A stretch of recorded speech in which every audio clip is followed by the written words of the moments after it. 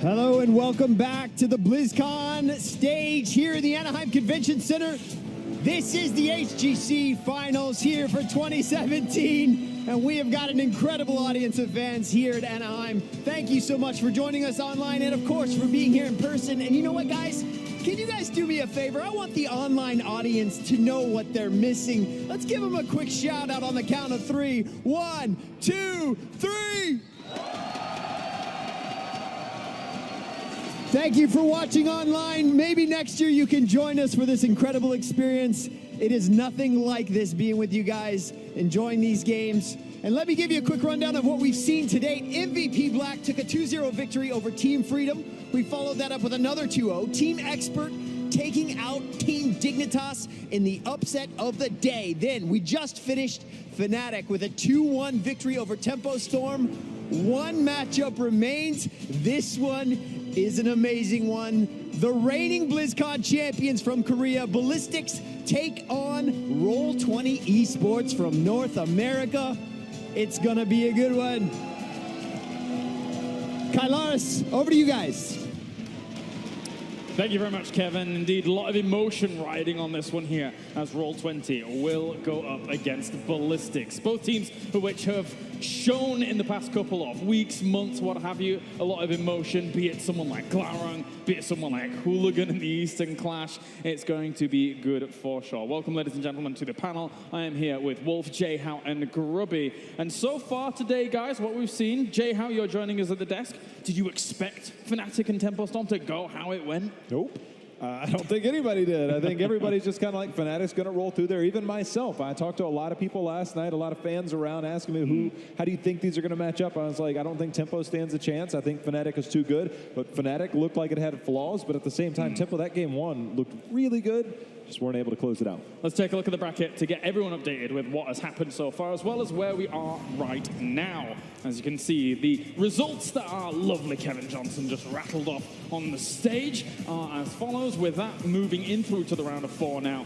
MVP Black, Team Expert, and Fnatic await the next team to join them between Ballistix and Roll20 Esports.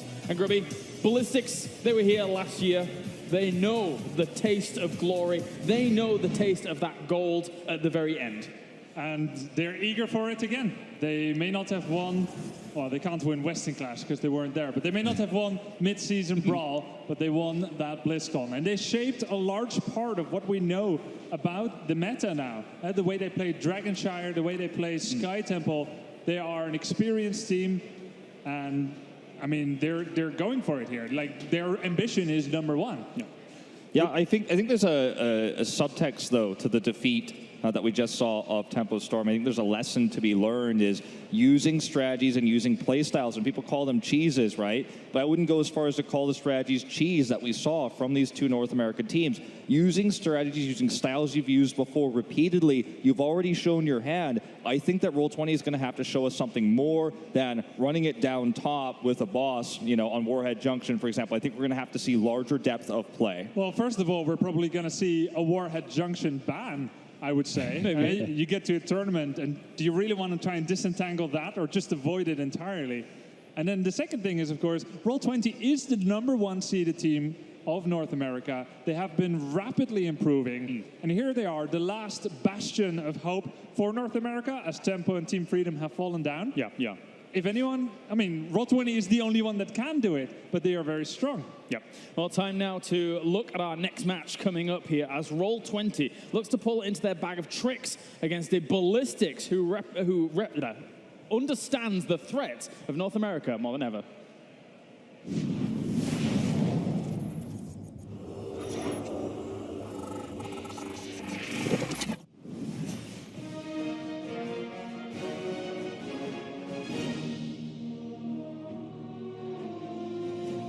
This is my first BlizzCon I've ever been to, not even as an attendee.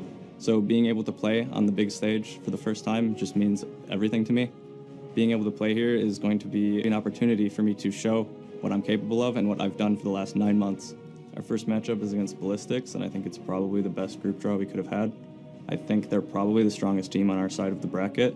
So if we get to face them in a best of 3, I think that probably favors us because we have some unorthodox strategies that we can pull out against them. One thing that we've been able to do against two Korean teams historically already, first at mid-season Brawl, we were able to surprise them with the strategy, and then here in the US versus Tempest, we were also able to surprise them on Warhead Junction. I think we have a few more tricks up our sleeves, and if we play really well and we play at our best, I think we can win 2-0 with the element of surprise against Ballistix. I competed in my first Blizzcon in 2016 with Denial at the time was my team, and we had a pretty overall lackluster performance. We got 7th, 8th, and personally, it was a really disappointing performance overall. Looking into BlizzCon 2017, I'm really excited to prove that North America is a good region once again, and sort of on a personal level, I want to achieve greater than I had achieved last year, so I'm shooting for first.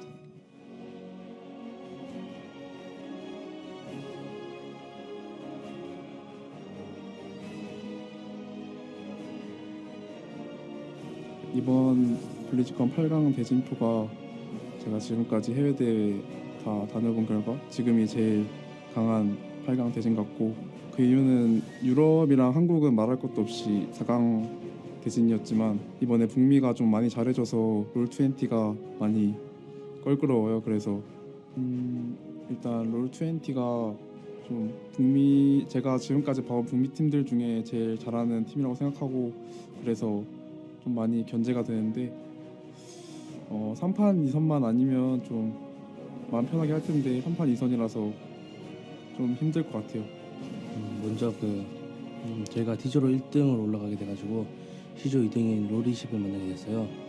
그래서 그 롤20을 만나게 됐는데 북미에 좀 친한 친구들이 많았었는데 이제 그중에서 한 친구를 이제 만나게 된 것 같아요. 라우롱이 이제 자기가 여러 가지 재밌는 것도 보여주고 저희가 템페스트 이긴다는 열정을 보여줘가지고 그 템페스트를 이기고 저희를 이제 만나게 된 것 같아요. 근데 롤20이 많이 세게 템페스트를 잘 잡았어요. 조합을 잘 짜고. 근데 롤20이 템페스트한테 많은 걸 보여주고 저희랑 이제 상대하는 거 되는 거라서 아마 저에게 3판 2선이지만 아무리 많이 준비해도 저희가 한 번만 막으면 아마 더 이상의 수는 없지 않을까 한번 생각해보고 있어요. 그래서 롤20이랑 블라우롱이 이제 같이 이제 슬프지만 저희가 아마 실력으로는 저희가 아직도 많이 앞서니까 아마 이기지 않을까 생각해보고 있어요.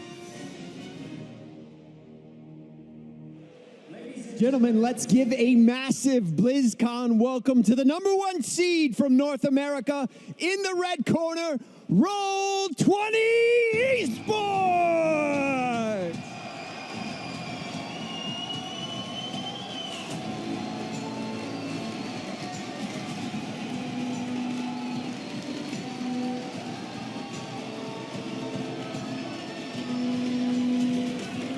And in the blue corner, our reigning BlizzCon champions, hailing all the way from Korea, it is Ballistix!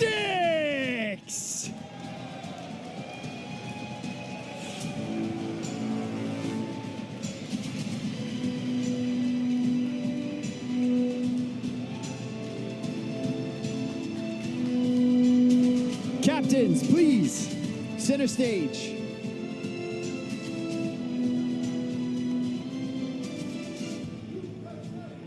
Good luck. May the best team win. Kylaris, over to you.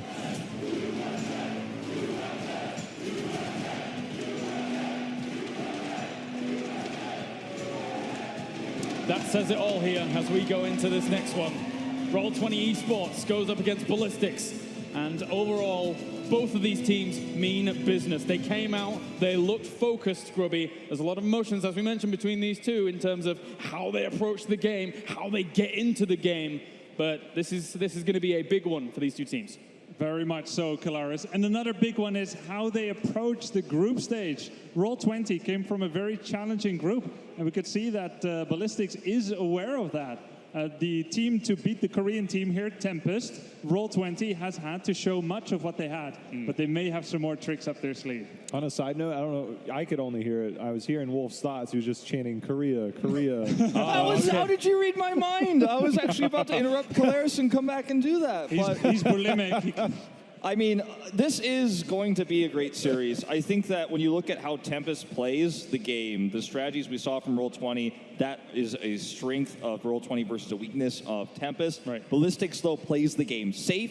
They play a punish-heavy style. They've always been famous for that, defending Blizzcon champions. So I think this is going to be a tough series, and it's just a best-of-3 for Roll20. Don't forget the HGC universe out there. You can continue to cheer for your favorite teams here on the BlizzCon stage. We are currently at the 27, oh, it jumped up, in the 27,400,000 mark here as we continue down the line. So thank you very much for all your cheers. Keep those coming in. Are you going to cheer for Ballistix, or are you going to cheer for Roll20? That's the big question here in this next best-of-3 series. We saw, during Oracle Episode 5, we saw that Glaurung, after that win going up against Tempest, was full of just emotions. Extremely hit him hard in terms of the victory that he got over Korea.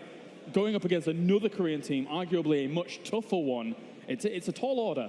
Yeah, I know exactly how that feels. It's just this, you've been working for it so hard, you've been daring to hope so much, but then you finally get to that stage. Yeah. And he mentioned he was top 8 last year, Glaurung, but it's even more competitive now, the scene. So to actually make it past such a challenging group, and to do it with a team of fellows that like each other, so much, that like to play with each other so much in Heroes of the Storm, that must be a very powerful emotion. Let's find out which battleground we're going to be going to for this best-of-3 to start things off. Our final best-of-3 of the day. Roll20 will take us to Battlefield of Eternity, and I see J-Howe nodding his head. Yeah, there's the ban on Warhead. The ban on Warhead, but Battlefield of Eternity says that Roll20 knows exactly what they want to do. And what they want to do is be able to have the opportunity to team fight against the team like Ballistix that likes to play the macro control. I talked about this a little bit last week, but Roll20 uses this battleground so much.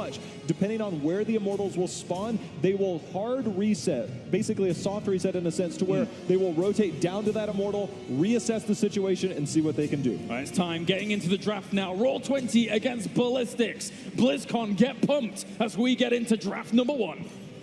I'm really excited to see how this draft pans out. One of the heroes that we've seen on this map, specifically in Korea, is Li Ming. We know how well Prismaticism can play the hero, SDE as well. Many consider him to be a rookie player. That's not true. He has a long, storied career in Korea. He's been playing since 2015, and now he's here on the biggest stage. We'll see how much they want to prioritize this hero going into the draft, whichever team ends up having to take the poke-like composition. But interesting to see these two Li Ming players finally clashing against each other on this international stage.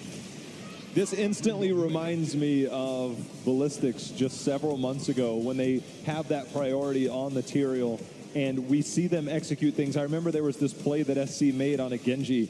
Back then it was just like, wow, like the way this team coordinated, the way that he was able to pull it off. We see the ultimate coordination, but two heroes that definitely kind of anti-dive is the Brightwing and the ETC. Whoa. All right. Slow down, Ballistix. Tyrael, Kharazim, they give movement speed, they give buffs. Abathur gives buffs. It's all pointing towards a very hyper carry comp by Ballistix. It's either going to be Genji or a melee assassin, probably. Yeah, I think that Greymane is obviously a strong possibility here as well. This is going very fast. Very quick indeed. So let's see if they want to go down the Greymane route. That's been the go-to in terms of range DPS. That's standard for Ballistix in the past. When you have a composition like this, you have the extra attack speed. Abathur slows rotational play as well, so you can have this strong hyper carry that isn't out-rotated because you have the mines to stop those rotations. I don't think we're going to see something like an Illidan here. Not this early in the tournament. Ballistix would not dare to pull something like that out against Roll20. Greymane is the one that makes the most sense. He's solid, he's versatile, he's what a confident team would pick against the underdog. Yeah. He synergizes with Tyrael, and what's more, Arthas was banned away, and Arthas counters that well. The one thing that surprises me is, you actually mentioned this already, Li Ming having a high priority on the side of Roll20. They end up going to Gold Dam, so on the opposite side, we see Ballistix, and I believe that should... Here we go, guys! Well, it's fastest draft, by the way. Well, there's a lot of things to talk about here. We've got Samar, okay, first appearance in the tournament. Very strong, actually, in the top lane, can do a lot of annoying split pushing, can do a lot of harassment. Very annoying to deal with. But I don't know how this team is going to play this hero. Again, these North American teams bringing out the strats. Does anyone have mid-season brawl feelings? Yeah, I mean, Samuro you know, everyone says he doesn't work at high level. He's a pup stomper. That means he's good in like random games, on the ladder, in the ranked games, uncoordinated. But mid-season brawl, we saw a few Samuros and a few more Samuro bans. Battlefield of Eternity, always been his best map. Yep. And it's so cool, you know, a good Samuro player will pretty much not die. Using Illusion Master at level 10, you can port your real hero to a copy at any time with a 6-second cooldown. So whenever you get caught, if you've got one image gone to safety, you're safe. And then, if you use all three together on an Immortal, you deal so much damage. So it's really good for trading, and you get to get away safely. Very cool pick here. I think one of the weird things about that, you talked about being able to get away, but if we see Taunt come out from Varian, it's easy to identify when you're a pro player, right? It's easy to identify who the real one is, unless we get Twin Blades. Yeah, I mean, I don't think we're going to see Twin Blades. This is not typical Korea, what we're seeing from this comp. I think this is trying to design to win a longer, slower fight in terms of the Immortal. It's such an objective-based comp. The Leeming is just going to be there for the poke. We might even see Astral Presence here. You play defensive, you use that parry from the Varian to defend and poke. Well, we are ready to head into game number 1. It's the final best of 3 of the day. Let's head over to the commentary team, see if Samuro can do the business.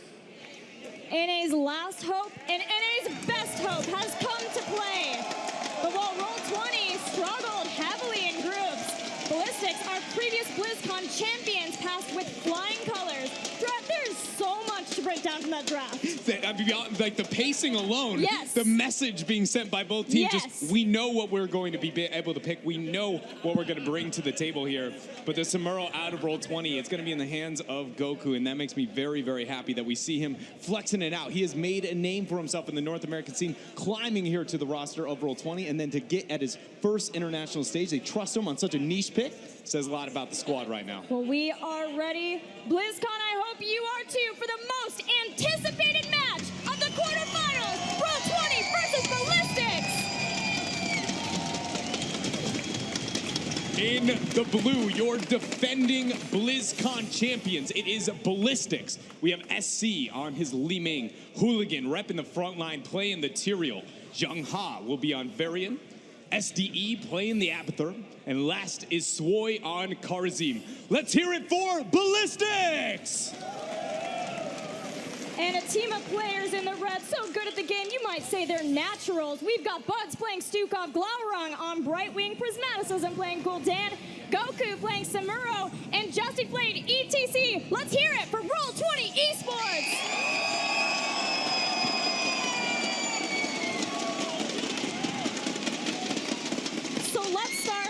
With Stukov versus Tyrael. One of my favorite interactions. Stukov has been a response within Korea for some time to deal with Tyrael's sanctification, to just create the zone. Whenever he drops the Eldruins, you know he either has a Sanct on his body or he's going to follow up on the Eldruins. If you get that lurking arm, it is such a big breakup in the initiation that Tyrael needs to be a successful hero. And it is just amazing to me that Roll20 has the confidence to bring that playstyle to the area, to the region that actually created it. Especially on this very map, because this map has been a problem for Ballistix when Hooligan plays Tyrael versus a Stukov. He's wanted to do things like aggressively invade the siege camp or the bruiser camp, and not being able to get the shaman because he jumps over, and then having the silence underneath has killed him so many times. And that may just be enough to stave off the aggression that Ballistix would like to bring with this comp. And you know, we had the analyst desk, they were dabbling a bit with the variant taunt, with the sevens. Wait a minute, oh, nice power slide away, no CC there. We were dabbling with all the heroic options, but I wouldn't even put it past the realm of possibility of even a Colossus smash here. Yeah, especially because that is Jung Ha playing Varian, right? It is the melee assassin player in general. It doesn't guarantee it. Maybe they want to have the taunt lockdown for whatever happens here. Maybe if Justin goes and face checks another bush as ETC, you wouldn't be able to power slide away from the taunt. And the only reason I kind of talk about that is because we see Korea, especially Ballistix, so very good with Hooligan there onto the Tyrael, following up with Karazim for a large amount of DPS to the single target, and a very good, immediate burst follow-up is going to be that possibility of the Colossus smash. But we see Eldruins drop there for Justin. Glaurung is going to be just fine after dropping a polymorph. Keep in mind, Buds have used his passive there, so very little healing for Roll20. Roll20. Yeah, Prismaticism getting low. First blood of the series is drawn by Ballistix, but the whole time it's been Samuro on the Immortal. So Roll20 needs to make the best of this, but losing 2 here is pretty rough. Yeah, that's a very tough situation for them to find themselves in. Samuro is one of the highest single target DPS when it comes to that Immortal race, but Ballistix, they've got 4 members after splitting the members of Roll20, and now they're going to be very aggressive with this positioning as the halftime show concludes. So where do the members of both teams go? They're just going to trade out on damage. This will favor Ballistix because of the lead they got on the Immortals. But at this point, Roll20 are just trying to clean up the mess that was created from those 2 kills earlier on, get the Immortal health as low as they can so the shielding isn't too dire. And already we find the fact that there is an Abathur composition on Battlefield of Eternity and a Immortal being won here by Ballistix. This is a very grim start to game number 1 for Roll20. Immortal will be pushing in the bottom lane. Right wing to make sure that they are getting that counter siege in the top lane so that Roll20 don't fall too far behind. And it's all about getting the shielding down of this Immortal so it'll move into melee range. Then Goku can do a lot more damage with the mirror images, with the melee heroes that he is playing. Here, I say heroes because he's got 3 of them. They've got it now down with the shields, though. Yeah, we'll see if they're able to get this forward. A lot of damage coming out. Goku's going to go ahead and go into stealth. He gets Glorong with the teleport. Peekaboo revealing the members of Ballistix. Glorong eats a bit of damage with Jung Ha, showing the threat he can provide to that backline. And that was a little bit of what I was talking about here with that pick into the variant. Almost no matter what direction he goes, he will trade very well into the backline. And I feel like that was a brilliant adjustment into the double support, the Stukov and the Brightwing. It's a response to the Tyrael, but neither one of them can handle their own against a variant. Yeah, we're starting to see, too, for Roll20, how they may be trying to set up future fights. We talked a lot about Brightwing bombs and how you can set those up with a Genji swift striking in and then having Brightwing set down in the perfect place for an Emerald Wind. But if you have a Wind Walk there from Samuro, being able to sneak into the perfect position to split apart the team, maybe that's some way that they can push back a Varian, a Tyrael, someone else, and then push forward somebody that they could kill, like the Karzian. And as we saw the first Immortal phase kind of play out, as Ballistix was sieging up, we find a situation where the Abathur is getting the side soak, Glorong on the side, you know, he's doing Brightwing things, not dropping the teleport too early. But when 10 hits, because of the Samuro play, assuming that we see them go into illusions, this will create split pressure that the Abathur actually has to deal with. Brightwing does not pressure the lane effectively enough, but if Goku is clever enough with those transitions, I would expect them to at least create a problem for the Abathur to have to be able to deal with. And they need to, because Ballistix is such a dominant force in lanes, right? We talked about Fnatic in the last series and how good they are at being able to put the pressure on in every single place and then set up options for themselves. Ballistix is the best team at that in Korea, right? They lost to MVP Black, but even MVP Black, a team who doesn't really respect anybody else in the region when it comes to macro play, plays completely different versus Ballistix because of how good Ballistix are at objective-based play. Well, for Roll20, the very opener here, and the intent over the first Immortal phase did not go to plan. We'll see if that's going to be the case. Spawning is very offensive for both sides. Goku's going to go ahead and drop down some of those clones here, but again, there is no heroic. And Glorong on the side, he's worried about that Shaman camp. He's going to be focusing on that. Camp in the bottom lane too. Nobody there to deal, and that fort is low, so eventually someone will need to go and deal with that. Maybe Glorong who goes down there, but that will show that Roll20 are focused on making sure that they don't lose out to that camp, and it'll take Glorong a little while to clear that up. This may be a place for Ballistix to jump on top of some of the members of Roll20. Gonna find Prismat, Hooligan, follow up on the Eldruins. The damage is not gonna be enough to get a kill though. Swipe goes in, tries to drop the punches, but Hooligan gets turned on. He Eldruins and he survives! He's just fine, just barely, but Prismaticism also got low and had to go back. Justing now seems to be the target as Ballistix are chasing him down, but he power slides out and is safe for now. Roll20 are ready to get back into it. Prismaticism turned around and in the face of so much danger, just drained life until the team could come into his aid. Samuro still soaking on those side lanes again without heroics available. Wait a minute though, Justin goes in. Buzz actually gets the heal coming out from Glorong. He peels back, but it doesn't matter. Ballistix again, just showing why they are so scary with these Tyrael compositions. Yeah, this time Hooligan was plenty healthy to go in and ensure that Stukov dropped. And that is amount of time where Roll20 does not have everybody out on the battlefield. Ballistix continuing to be aggressive here, now puts damage on Justin, but has Hooligan gone too far? Power slide away for Justings. It looks like that they are going to be just fine for now. halftime show is led here by the members of Roll20, but as Ballistix here backs right on out, you know that they're going to be trying to get this for themselves. Either way, the biggest thing to highlight here is we kind of actually have a very awkward situation. Ballistix composition is better by far post-10. Their composition really seems to come online when the Avatar can get their heroics. But it feels like so does Roll20's with that side soak here. So neither team is necessarily comfortable forcing, but they kind of like, well, if you're not going to force it, am I going to force it? And it leads to these very long, stalled out things. I expect when heroics come online, though, Ballistix, they're going to be very, very aggressive over Roll20. Yeah, it's a giant game of chicken we're seeing played here, but comes in with the phase shift from Glaurung. Now testing goes with the power slide. We've got the silence underneath. Norazim falls. The first kill for Roll20, and they're not done yet. Yeah, looking for a bit more. The body block's coming out from Goku. They're on to Jongha. He's able to deal with those clones, and now Roll20's looking to get damage here onto their Immortal. Power slide goes in. Not back. Varian, he's parrying, and he's going to be just fine. Hooligan dives in and is the self-sacrificing angel. He goes down. Jongha quick to follow, and Roll20 is fighting.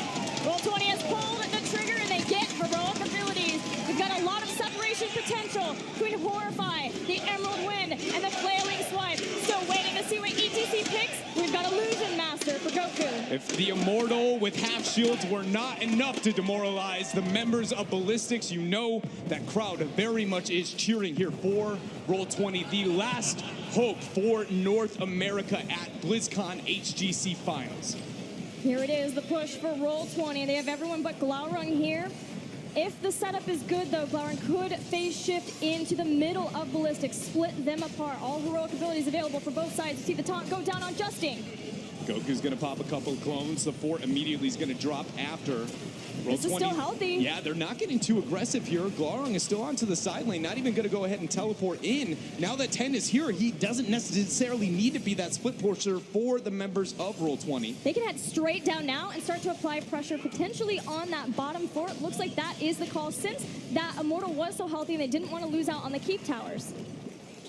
How much of this is Ballistix really going to let up, though? All of them transferring down to this bottom lane, wanting to deal with it. We know we have the heroics, but it doesn't look like they're going to get too aggro quite yet. Keep in mind, if this fight happens over this bottom camp that it looks like Roll20 is baiting into, they have far better territorial spells than any of the members of Ballistix. Yes, Ballistix does have Sanctification, and in perfect situation will win these fights, but Flailing Swipe, Emerald Wind, Horrify, and Mosh Pit are all some of the best spells in the world. So Ballistix needs to try and pick fights into lanes rather than these tight chokeholds here over these mercenaries. Those are such good heroic abilities for Roll20, but it also is a potential disaster for the anti-synergy, and it's not something compositional-wise that we've really seen from Roll20 before, but Roll20, we know them from having the synergy, the legendary synergy of North America. They lost one game in all of North American HGC for Part 2. Oh. Justin. Quiet. Justin. Great knockback timing there and a bit of damage response. Everyone, you can see holding their breath for a moment, laughter immediately, realizing Justin is going to survive. But for now, it just seems like these teams are going to be waiting for the next Immortal. Neither one of them has a big enough, siege capabilities to really do anything. They both have built compositions to bring the battle. And so far here, the members of Ballistix are going to have to find a way to clump up because that last team fight, Roll20 opened up pretty quickly for themselves. Yeah, it was a good fight for Roll20, and they need more of those good fights. Ballistix continuing with their tradition of liking to invade at the Bruiser camp. Whether they can force a team to take it early so it's not a good timing with the objective, or maybe even steal it away, but a lot more respect for the Stukov, for the silence, not diving over the wall with the Eldruin Might up Tyrael. Now that 13 is here, we see Glaurung again going into the lack of an ice block. So this is something that I am expecting Ballistix to heavily punish. Over and over again, a Western versus Eastern teams. It seems like the Western teams will always take the damage reduction, not going into self-survivability, but I do fear that this hard initiation synergy that Ballistix always displays with Hooligan on the Tyrael might be too much for Glaurung to deal with, but in the top lane, the taunt is the thing that's going to send Goku right on back, and now Ballistix, they're looking towards these Immortals. Yeah, they have a perfect setup for the beginning of this Immortal phase, having 13 neck and neck with Roll20, but having the numbers advantage. Now, Justin has been found, a taunt hits, but he power slides back to safety. Members of Roll20 are moving forward, aggressive as if they have an advantage here, trying to rely on the fact that they have such dominant crowd control AoE spells. if the initiation happens from Ballistix, but they're yet to try and pull the trigger, Justin pulls up a little bit too far, but he's going to power slide right on out. Ballistix back out, kick off halftime, Camp pressuring up on top. Things are looking very good here for Ballistix. Man, cloning a Li Ming just offers so much burst follow-up for the Tansa variant. It's why we saw Samuro just go down so incredibly quickly. Something that Roll20 has to keep an eye on. It only gets scarier once a Holy Ground can go behind the target too. Roll20 aren't out, they haven't lost this Immortal phase, but they are behind. So it's up to them to make the right plays to be able to get into this Immortal phase still. Jungha goes in, drops a taunt on to Justin, power slide response back. Don't see the Emerald win just yet from Glaurung, even though he was kind of in the position, but they are setting up even more. The knockback does stall out Roll20 from getting extremely aggressive on Ballistix there, but they at least have pushed back the Korean powerhouse for the moment. Yeah, the members of Roll20 just don't have enough ranged poke with their double support Gul'dan composition here to really thwart the members of Ballistix back and away from their Immortal. So now Ballistix, they go ahead, they're going to tap, they're going to look to get this re-initiation. I do want to bring to light that if somehow this Immortal phase goes past 16, or the Immortal phase past 16, I expect Ballistix to use this Holy Ground initiation far better than what we've seen up until this point. They don't have the initiation. You see Jungha really drastically, panically trying to force that taunt, and that is not going to be the case with 16. So Roll20, the time is now if they're going to be successful in these skirmishes, because eventually they will be split up in just one shot. Goku's getting in there, but it was just the clone, so he's fine. And even though, yes, they've mentioned that, there's the taunt, it's up to Buds to make sure that he is watching for Tyrael always once he does go in with the Holy Grounds. With the flailing swipe too, pushing him away. Roll20 is going to step forward onto this Immortal, start to put the damage in with the Samuro. Gul'dan's throwing out the Fel Flame as well. Swoy and SC over the wall. You see them waiting, they all in. They're going under Justin, and he is deleted immediately. That synergy displayed by Ballistix over and over again with this Tyrael. Right now, Roll20 doesn't have a tool to deal with it. Now all they can do is lick their wounds as they phase shift back in, but Jungha is not done with this fight yet. Horrify? Forcing the Horrify just to get out, and Roll20 use so many heroic abilities and still lose the Immortal phase. That's without 16. Things are going to be difficult in the future here for the members of Roll20. But thankfully, this Immortal, you know, it's not that healthy. Its shielding is rather low, and the members of Ballistix don't necessarily have the best siege. When they initiate, they have to initiate as a unit. But I had to bring to light the fact that we are yet to see a skirmish where Sanctification has even been dropped. We're yet to really see what Ballistix is known for with this Tyrael play against Roll20. Yeah, all they're doing is assassinating one person before anyone can even react. They're going in again. Brightwing is forced up to the top lane. So now it's time for Roll20. Mosh pit immediately interrupted and didn't catch anyone. They had the force of will still even just to take that out. 16 is all but here for Ballistix, and they're trying to keep Roll20 in the fight so that they can take them out. Goes down. 16 is achieved for the members of Ballistix. Now Taunt goes in onto Goku. He's trying to use the Illusion Master. Looks like he is going to make it out. A lot of damage here going on to the Immortal, but Ballistix, a man up, no frontliner for the members of Roll20. I was going to say they're going to get aggressive with this talent here, but it seems like that is too much for them to handle. They don't want to take the risk. Back out, play it safe. Understandably so, as they have really remained in control, the driver's seat of this game for the last couple of minutes. Yeah, the Immortal was starting to get fairly low in health, and it would force them to push forward onto the keep versus a lot of those heroic abilities that we mentioned that can be very scary to siege into. Things like Flailing Swipe, the Brightwing Bomb to Emerald win them in, and of course the Horrify and how horrifying it can be for a team. So instead, Ballistix head straight out to get as many mercenary camps as they can. Keep Roll20 back toward the side of their base, not give them any advantages, any ways of being able to take some structures down, and giving more freedom to an Abathur to continue his safe push. Whenever you're the Abathur and you get the map opened up to this kind of level, I mean, you really go from good to great. You know, you've been the slug, hiding, sending out the hats here and there, but that's your moment where, you know, you get to puff out the chest. You're like, I'm ready. I'm a real hero. I can get Soak on my own. And, you know, it's just, I really like the fact that Ballistix at this point in time, it's very likely that they're going to take what is already a dominant team fight, dominant experience advantage, and only further it here because of, again, as you said, the lack of structures that Roll20 now has remaining. And Ballistix, you can tell how good they feel with their composition just by the talents they pick. This time it's Glaurung. He lives for now. Emerald win gets him out. They live. Roll20 lives. Goku moves forward. Goku is just a bit of a clone, you know, not too excited here. 23 seconds out, and we're going to have the next Immortal phase. We watched, we talked about it I'm just going to say the words holy ground and leave it at that. How is Roll20 going to deal with it? Holy ground. There's another one. Justing as power slide, but there's nowhere to go, nowhere to run. Mosh stops, canceled, immediate. SC able to teleport out before Glaran gets the polymorph. Swoy drops back, gets the heal for him. Justing is able to make it out here, but brilliant synergy, teamwork again out of Ballistix. The members of Roll20, though, they might not be done yet. Gul'dan, you know, Prismaticism kind of rolling in with those dots here as the game is moving up and he's scaling upward. The thing I am really worried about for Roll20, though, is that Ballistix continues to use these extremely low cooldown heroic abilities and gets so many things from it. You use a taunt and suddenly Horrify comes out. A taunt, Emerald Wind comes out. These are far longer cooldown timings for Roll20 that are being used just to stop Ballistix from taunting someone to death. Yeah, that's a great point that you bring up here, and I wish I could say I have the answer, but the members of Roll20, it feels like they just gotta wait for those cooldowns and look for the initiation. Snapple fact here of this game, though, is that they're 65 seconds out from getting that mosh pit. Shaman Camp will be dropped, something that somebody's gonna have to deal with, but first we see Jongha move up for the taunt. Yeah, the thing for Roll20 to consider here is when someone gets taunted, how many people are there with them? Have they dropped the clone? Is everyone in concert? But the problem with that is some of these things to stop the taunt that aren't being used as heroic abilities, those won't save you in time if everything is in conjunction from Ballistix. So Roll20 are basically playing with fire at this point. Laurent got taunted out, chunked down below 50% HP, but it's a double support. They'll be fine on ticking those HP right back up. Keep an eye on that Eldruin. Constantly. You cannot ignore that thing. You legitimately just view it as, in any moment, if I step across this, expect to be split away from the rest of the members of Roll20. Goku did end up dropping back there to be able to deal with the Shaman Camp, and I'm expecting SC to, you know, use that Li Ming poke now, knowing that they have a man advantage on this Immortal. Gosh, speaking of Li Ming, SCSC has pretty much been untouched in this game. He really has set himself up to be the carry of this team.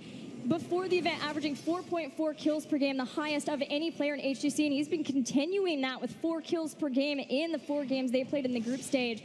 He is a monster.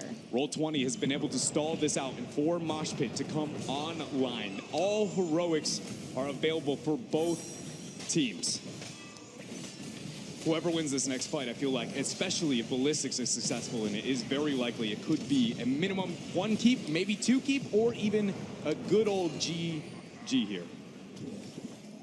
Roll20 just cannot overstep. Again, Hooligans, Holy Grounds are unrivaled. Clone's gonna be used. Roll20 steps up, Goku comes from the side.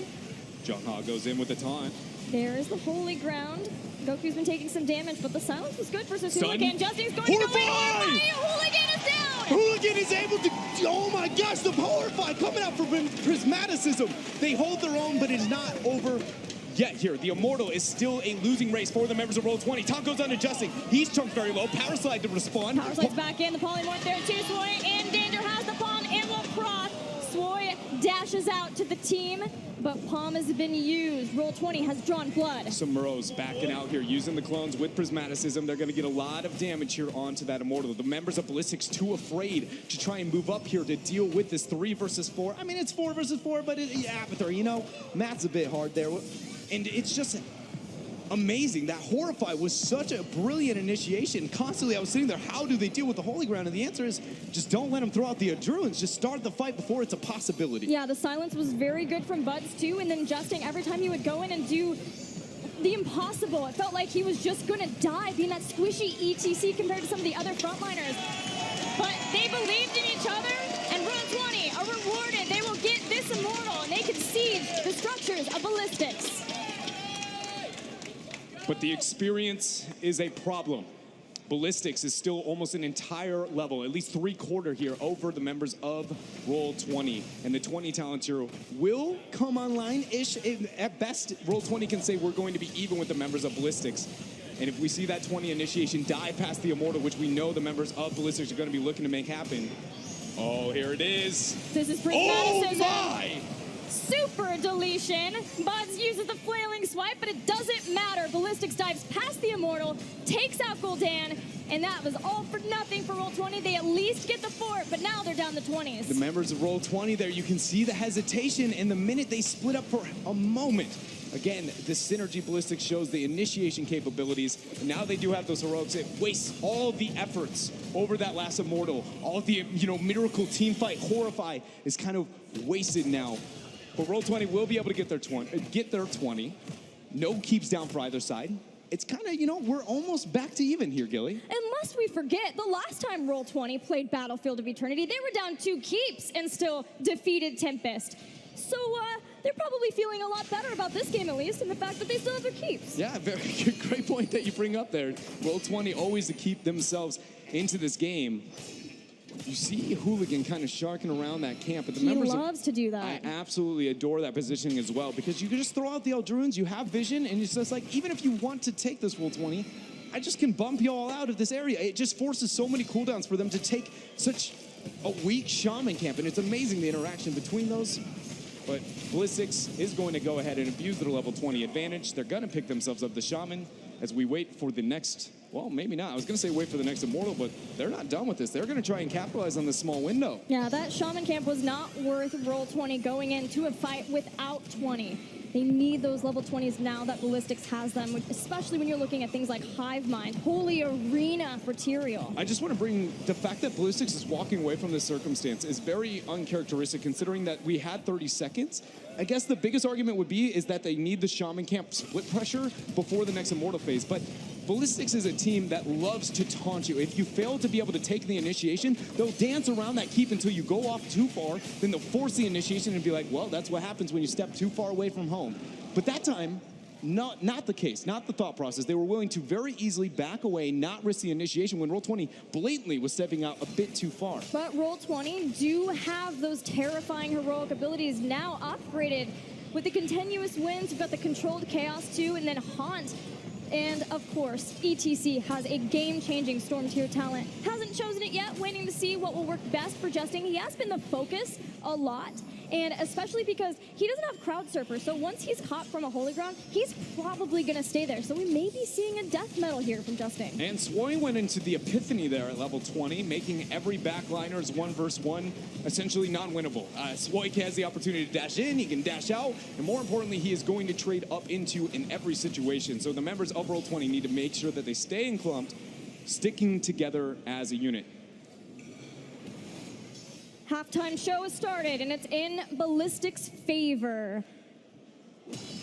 Roll20 keeping an eye on Ballistix as they get set up. We're going to see Glowering go up to the top lane, make sure that Apather and really just the push of Ballistix that they've been able to get control of in that top lane isn't too much, but that's going to force Glowering there. He knows. He uses the pixie dust. He's just fine. Just fine, and enough members of Ballistix transferred over that they're unable to make any, backdoor sneaky play with Roll20 moving up now. Glowering still yet to get the teleport out. That top keep doesn't have any mercenaries to deal with any longer. Hooligan goes up. Beautiful use of the holy ground there, blocking the area for Justin to hit the power slide. It's really amazing to see that Glowering didn't get caught there, because that was a problem point for Roll20 a lot, is Glowering on his Brightwing, this very squishy support. He wants to be able to side lane as the global, but he got caught a lot by a lot of different teams. Specifically against Dignitas, Zalea 1v1'd him twice, back-to-back, and I believe in the exact same game. So that's a great adjustment here that we see being displayed by the members of Roll20 versus Ballistix. But things are still a bit of a struggle. Ballistix has the advantage here on to this Immortal by quite a large margin. Justin seems really far out from the rest of the team. Uses the face melt once Junghan goes in with the charge. No taunt usage yet. Both of the teams very patient in this Battlefield of Eternity game. The first game of a best of 3 with North America's last hope, Roll20 taking on the previous global champions at Blizzcon last year, Ballistix. They cannot make one mistake. Taunt goes down. Spoiling swipe number 1, but again, post 20, that's not a cooldown that they're going to be too concerned about. Lurking arm drops, getting a bit of poke, but no one pulling the trigger here quite yet. Goku and Justin doing a really good job either side of that rock to allow Prismat to throw out a few of his Fell Flames. Just trying to even up the poke damage that was done by SCSC. Li-Ming is a fantastic poke hero, and now they're even using SDE, just trying to poke down this Immortal as fast as possible. It's going to force the hand of Roll20. You can see them getting at least anxious a little bit here. Guan comes in. Goku trying to get the fake power slide. One-man mosh pit. It's interrupted. There's the repulsion. Jungha takes some damage. Goku's in, forcing the sanctification. Flailing Swipe pushes back Ballistix. Roll20 still going forward as the Horrify's out. Horrify goes down, but nobody ends up dying there. Swoi pretty low in HP, but he still has the palm if necessary. Justin gets split. We see Jungha trying to go in. The knockback is there. Power slide follow up, and Jungha goes down. The silence so good. Varian dies. Swoi in danger as he dashes to Hooligan. Hooligan gets him out of trouble, but Roll20 moves immediately to claim this Immortal. Second Immortal of the game here for Roll20, but a very different circumstance. Ballistix is going to be down themselves a Varian for a long while. And this is going to be most likely minimum of a keep for the members of Roll20. If Ballistix loses 1 to 2 members, could be game. The patience from both of these teams was so incredible in that phase, but finally Roll20 finds an opportunity for greatness here. They take out Varian. They have an Immortal. It's low in shielding, so they need to protect it from the poke as much as possible, but not take too much free poke to make them vulnerable. Sanctification was forced the last fight. 30 seconds before Ballistix will have that crucial heroic ability. 8 more seconds before Varian is back to join the members of Ballistix. The shielding on the Immortal already removed from SC there, throwing out so many spells onto it. Yeah, even the clone of SDE, Justin tried to soak some of those up, but took a bunch of damage. Didn't want to do that. Glaurung's here. The keep is down. Power slide out. Swoi's in a bad spot. Horrify is used. He's going to get dropped to the back line, and he goes down. Swoi is gone. Roll20 Esports has just taken down the support of Ballistix. They are down to 4 members, including the Avatar, as the flailing side pushes back. But Buzz is in danger. He goes down. A support for a support. The shielding on the core is removed. 68, 80. They look at the Immortal. It 40, goes down. 30. 25, and it's going to go down. Roll20 Esports will take out Ballistix in game 1.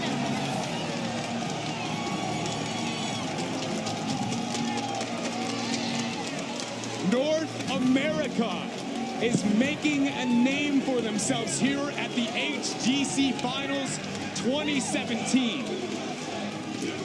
The crowd is wild for Roll20, giving all of their support for this team.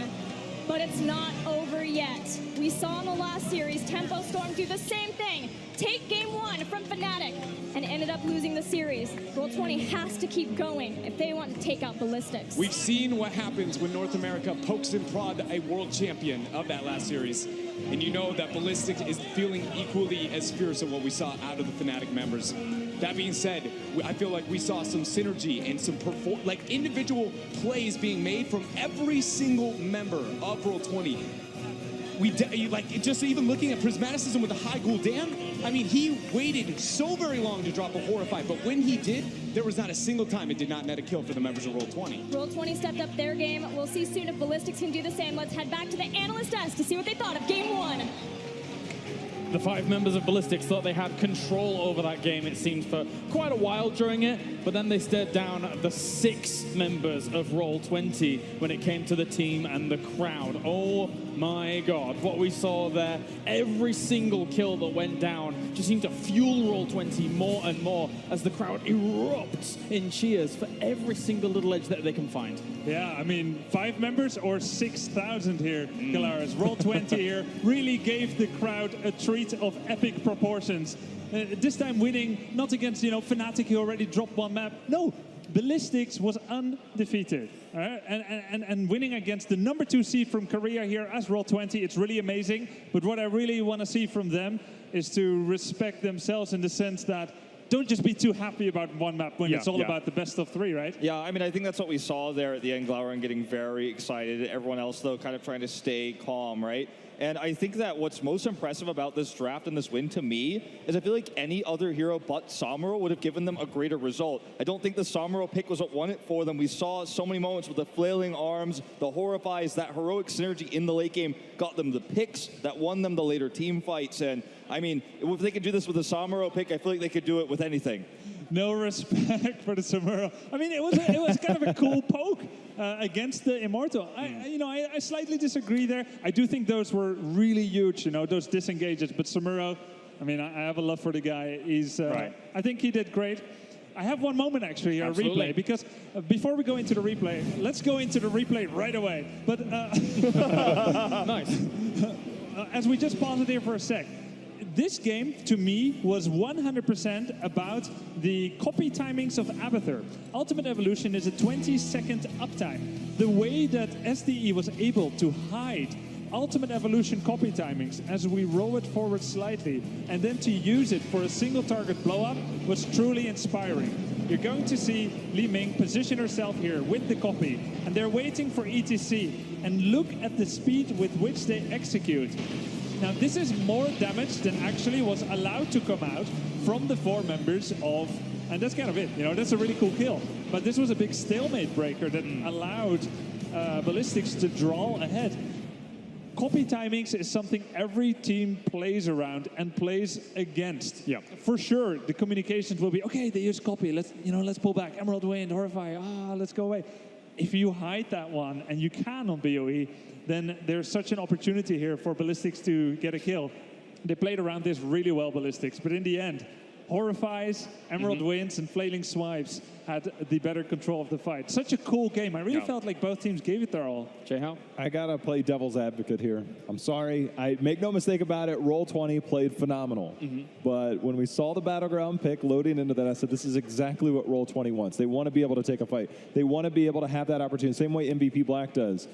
But I got a feeling that we'll probably see Ballistix try and take the map pick to something they're more comfortable with, a larger battleground to play more towards their macro style. Let's temper expectations for a moment because we're talking about a world championship team here. So we'll see going forward. All right, that's game 1 in the books. Let's go to a short break here and hear from our sponsors before we go to game number 2. The 2017 Heroes Global Championship Finals are brought to you in part by Republic of Gamers, Intel, T-Mobile, and NVIDIA.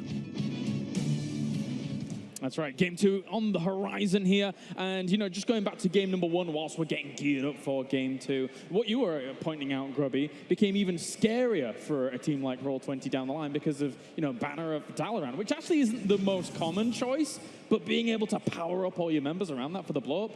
Eventually, Roll20 kind of cottoned on that was continuing on, but and they played it very, very patiently, so kudos to them. One really cool thing here is Brightwing's level 13 talent as well. Not taking Ice Block. We heard Dreadnought talking about it. Western teams, it's greed, really. Trying to get more value out of your basic abilities makes for better sustained, prolonged fights. Whereas Ice Block, 1 minute cooldown, save yourself once, but for the rest, there's no other value. Yep. So defending that Banner of Dalaran with that very timely Pixie boost, which gives spell armor and now physical armor, was going to be absolutely key. And you know, they pulled it off. Credit where credit is due to Roll20. But as you said, J-How, you're playing devil's advocate. You think that Ballistix is going to come back out strong here in the next map? I think they'll come out strong, but this is a heavily momentum-based team. Shades of Fnatic from last year where it was just like you saw so much energy from that team, and they feed off of this exciting crowd that we have out here. So we'll see how they do. Let's find out where we're going. Game number 2. Which battleground will it be? Roll20 takes us to Tomb of the Spider Queen. I think this is a mistake by Ballistix not to choose a larger map. I mean, their go-to map has obviously always been Dragonshire. It was banned away by Roll20, so not available here. But to give them this smaller map goes back to what Ballistix saying this is a best of 3. That's the scariest part. And then you put yourself on Roll20's maps. You might go out 0-2 here. How fast does Medivh get banned is the question. We're going into game number 2 as we go into Ballistix is trailing 1-0 against Roll20 Esports. You know, in 5 best of 3s, Ballistix has banned Medivh in first spot 3 times now. 3 out of 5, and now 4 out of 6.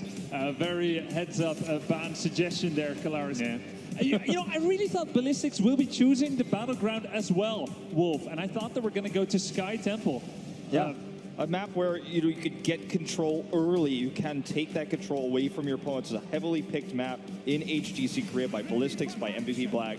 They're going to try to, again, draft towards this standard high-tier hero pool like they did in groups, not like we saw in game number 1 where they grabbed the Tyrael first. They're taking a much safer approach. Yeah. I feel like right now we could potentially see the Garrosh. There it is, instantly right away. Now, the thing about this, I want to talk about the Tassadar ban in particular. Tassadar has dimensional shift, can get away from things like that, has the mobility. Furthermore, it also empowers a Valo, which SCSC in Heroes of the Storm, we talk about Korean mechanics. He is the epitome of mechanics, the single best Valo player in the game. He plays that a lot on this battleground, taking away the enabler. And the image that they portray normally on Tomb of the Spider Queen, they force their opponents to ban Medivh against the Garrosh pick on their side. Yeah, there's so many cool elements and dimensions to it. I love it as much as you guys here.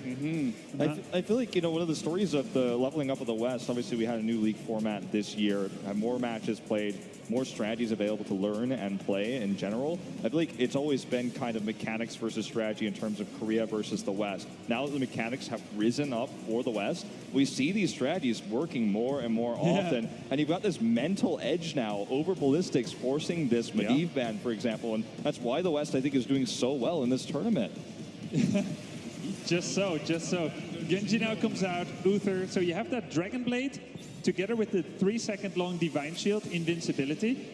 This is strong, but it's not per se a Tomb of the Spider Queen go-to. Guys ready for a Chromie pick? By who?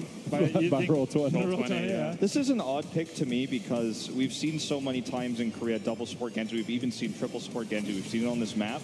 But it's shocking to see this type of pick against a Garrosh, which in Korea is considered to be one of the counters to play like Murd and play like Genji, because of the anti-dive potential it gives. If you use your aggressive movement options to attack, Garrosh tosses you, you don't have an escape, you don't get that reset. Ooh, damn. Yeah, you have Warlord's Challenge. So far, Genji up in front, 2 melee. Warlord Challenge could get a lot of taunt value. Well, let me point out at the beginning of this series, the percentages at the bottom were reversed. Quite a bit, actually. All right, so Roll20, obviously we know what they do with Garrosh. We've got that. They go Falstad. We do get the Chromie pick. The Falstad one is probably the most surprising to me here. Yes, very surprising indeed. And, it kind of makes sense because it's disengaged with Mighty Gust against Genji hard engage. And it isolates Genji if he draws the Divine Shield. So he'll be all by himself. Still, this is a high-risk pick by Roll20. Make no mistake, because Falstad's health pool is low, and Genji loves to eat Kentucky Fried Falstad. I mean, he certainly does. Wait. Like, Dragon Blade. I'm from Kentucky, Grubby. Are you? You scare me now. Do you like chicken? I love chicken. You better first ban Genji against Grubby. You hit him on Hero League. But I completely agree. It's risky, but it's high risk, high reward in the series where you're up 1-0 in the series. I think they have the opportunity to draft something that can give them some big bursty shields. Like, I wouldn't even be surprised if we saw Lucio locked in as the 5th pick. You have the shields to protect against the Dragon Blade. You need to have that disengage against that burst damage. If you can live through the blade from what we have set up right now for Ballistix, you win the fight. The Lucio pick, I think, will be particularly interesting. I like that Greymane in there for SC, but I really wonder if we might see the Stukov again. I imagine we'll see the 3-2 split here coming out from Roll20, use the 3 to rotate top mid, and then have that Rhaegar be able to split there. Instead, D.Va! Well, this is interesting. We've seen some great D.Va play out adjusting, but mostly with those split push strategies we saw on Warhead Junction, for example, where the D.Va gives you a second life bar to just continue shoving, gives you a larger boss control, which can be strong on this map as well. Really interesting draft here. We all see the double DPS. It's not just going to be that hard carry Genji, so it's no longer about the Dragon Blade only. D.Va. D.Va has been picked twice. Yep. Once by Roll20, once by Team Freedom, I believe. They got picked on mercilessly. I like how it worked. It was a good pick. It was special. It has a lot of power. So many dimensions to D.Va play. But the execution in both cases wasn't there yet. In order to make this D.Va play, Roll20 is going to have to execute better than we've seen D.Va played at this tournament so far. But it's very cool. They can reposition the bomb with Garrosh, right? If they. Yes. Wow. Theoretically. Here, catch. Yeah. Into You the guys fray, level both 7. have to work on your basketball form. I'm not kidding. It is absolutely Okay, I'm the let me try. shortest person you've ever worked with apart from Gillyweed. I'm never going to play basketball. Joe, can you shoot a hoop for the camera for us? Wolf, show us what a dunk looks like. I'm not going to show you what a dunk looks like. Show us what a dunk looks like, Wolf. Here's how. Here's what a dunk looks like. Slam dunk right on your head. All right. Oh my. Not quite what I was expecting. That's ridiculous. I think our commentators are ready for the second game. Maybe, who knows, as we try and figure things out here. So we're almost ready to go over to them. There we go. Hey, guys. We're ready, but I'm not ready to forgive you, Caleris. I resent that. We've got a diva. We have a diva here. North America's still bringing out what I feel like we might be able to play diva for our own. We're one of the only regions that still consistently play it here, and Roll20 is going to rely on that to do what North America has been able to actually say for themselves since Cloud9 won BlizzCon 2015, that they are going to make it to past the round of 8 all the way here to the top 4. Granted, they have to win this game if they're going to make it there. It all starts here. We've got Tomb of the Spider Queen, so let's head into game 2 with Roll20 leading 1-0 in this best of 3 over Ballistix.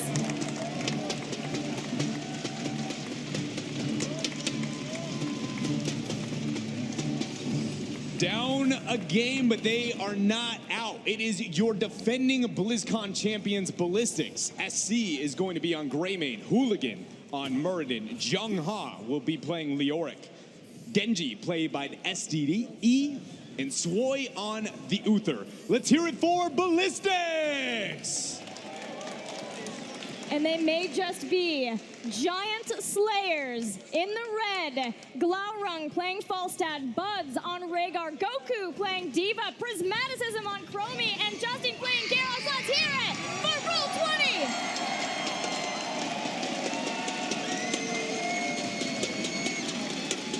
Roll20 has brought in so many of what we consider to be NA strategies. Cheese or not, they have taken us to Warhead Junction.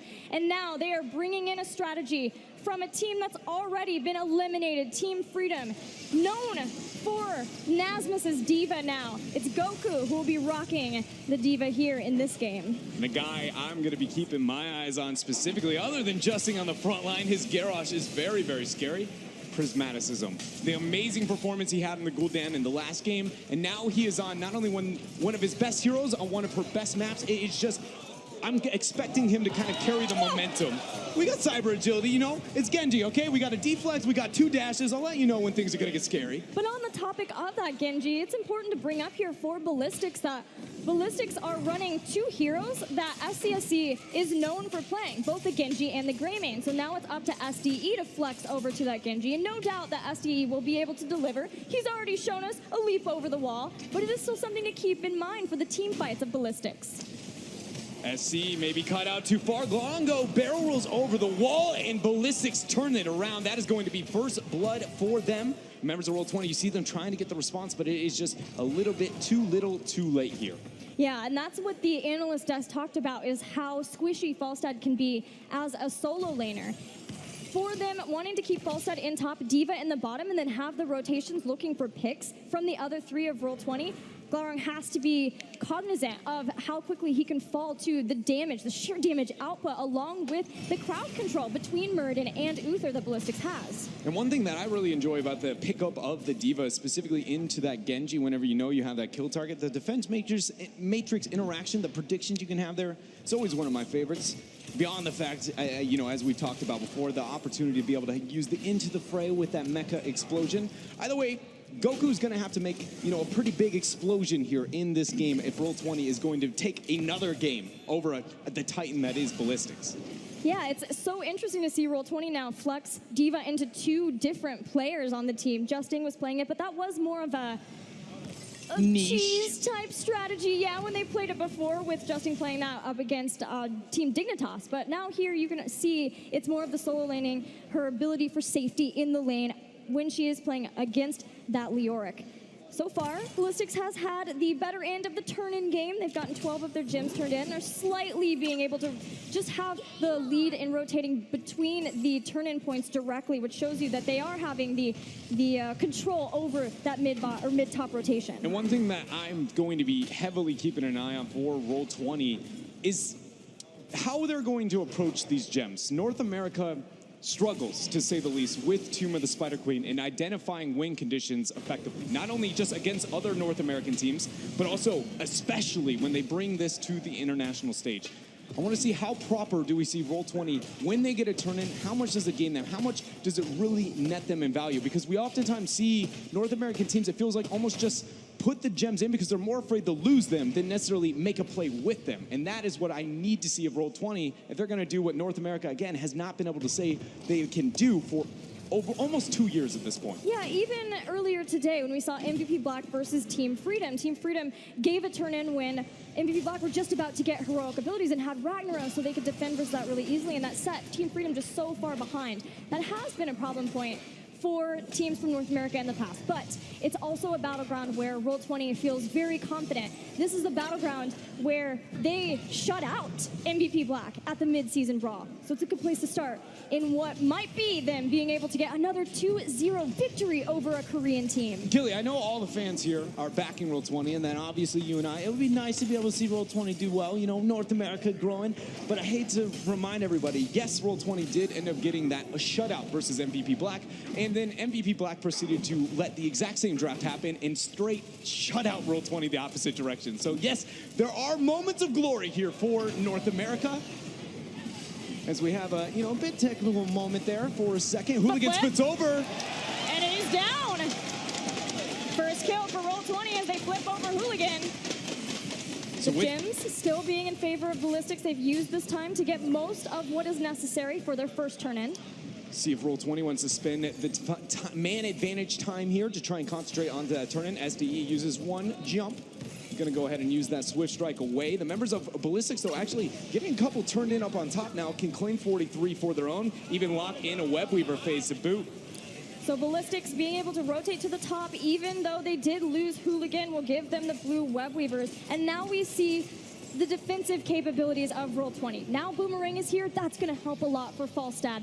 There's a great wave clear for Rhaegar. Chromie has taken Mobius Loop so that she can try to have more Dragon's Breath up so that she can get the wave clear there too. It's just if we see D.Va forced to use self-destruct as a means of being able to bring down these web weavers. Yeah, there's two kind of self-destructs, one that's, I'm just trying to save my own butt here, and the other one where it's like, I'm trying to make sure that you are no longer going to exist in this world. Web Weavers, though, the damage being done here for the members of Ballistix, we're going to force the mech on top. I feel like this is a fair trade for Roll20. It's going to deter a lot of pressure towards top. Middle Web Weaver was dealt with on as well. Bottom is the only thing to show concern for. Yeah, bottom is a problem. This lane sustained damage earlier on. Jungha avoids the pulse. He missed. He's like, I'll just toss you in then. If he ends up hitting that Drain Hope, he actually has an opportunity to be able to survive that by missing that Roll20. Great punishment there. Does come at the cost of a fourth, though. Yeah, not a lot of wave clear here, and the focus that was focused on taking down Jungha. So at least Ballistix gets the fort, and that nets them heroic abilities a little bit faster than Roll20 gets. Roll20, though, has enough gems for a turn in. There's the Entomb. Goku is going to try and throw down the thrusters. Dwarf toss from Hooligan into the fray. Value dragged back from Justing. But Ballistix here. Web Weaver phase down, and the fact that Roll20 was able to kite around that initiation without heroics and not lose anything is a very big win for them. Yeah, and when you say anything, you mean 32 gems, because Goku's holding on to a lot, and that is so much in the bank, so much of the bank of Roll20 sitting on little D.Va. Yeah, you're right. It's pretty much about, it's about all that Roll20 has for themselves. But this shows the decision-making here. What I was trying to highlight about North America with Tomb of the Spider Queen and their approach to it, Roll20 is showing that restraint that I was hoping to see from them. Yes, they just now are going to get their hoax. If they end up dying and losing those gems, it's not going to be good for them. But their thought process and decision-making of when they're trying to force a turn in and when they are not is very different than, again, as you put the case example of Team Freedom here versus MVP Black. Flip onto Leo. Immediate taunt as he's throwing him in, so he steps out, but he turns around and has the Entomb, and now Goku's in danger. SDE actually got the Swift Strike in. It forced the cleanse as he gets the Cyber Agility out. Gloron got the flight down, but unable to force a fight, get on the backside, maybe use a gust there. Both teams trading blows. Hooligan gets hit by some sand as he wants to go away, then dismounted again. Chromie is a very annoying to deal with. What I'm looking at here, though, is nuclear option for D.Va, something that we have not seen. Makes the timer 3 seconds longer for self-destruct, but a lot more damage. Meaning the cross synergy, with the Into the Fray play here is going to be very real. If Garrosh Justing there is able to get up to Goku's mech and toss it into the members of Ballistix, it is going to do a lot more damage. It is I mean, 50% or more, depending on how tanky, beefy of a hero you are. Yeah, it does really feel like Roll20 has put everything on the line into that bomb, doing as much damage as possible because they have Warlord's Challenge. They have slowing sands to keep people held down too. Even a potential gust into this. Here goes a self-destruct. A long time will Roll20 have the control of this turning point. Oh! Into the fray, thrown over the wall, no kill. Game top, he dropped onto Justing. He go ahead and brings Sloy into the backlines. Ancestral lands there for Justing, but look at the front. Diva. She gets out of mech. She is sliced through by Genji as SDE rips through Roll20, taking down 2. Wow, Ballistix there was able to turn that around so very effectively. And now, Roll20, though they get the Webweaver phase, they do have the heroes to be able to siege up with it, Gilly. That's what we were talking about. That's a rough point for Roll20 and something that Ballistix were able to take advantage of. Making sure that they had that Entomb and taking out Diva after the self-destruct, recognizing that that was used just for the control of the point, allows for this quick cleanup for Ballistix and an essential waste of gems for Roll20. Yeah, at the end of this Webweaver phase, we're going to find ourselves to where the members of Roll20 are rounding about 50, so it's not too far away from the opportunity of a turn-in, but definitely not enough to get that double turn-in approach that we see teams oftentimes aim for whenever they struggle to get the first Webweaver phase. And as you see for Ballistix, they have themselves a lot of gems remaining.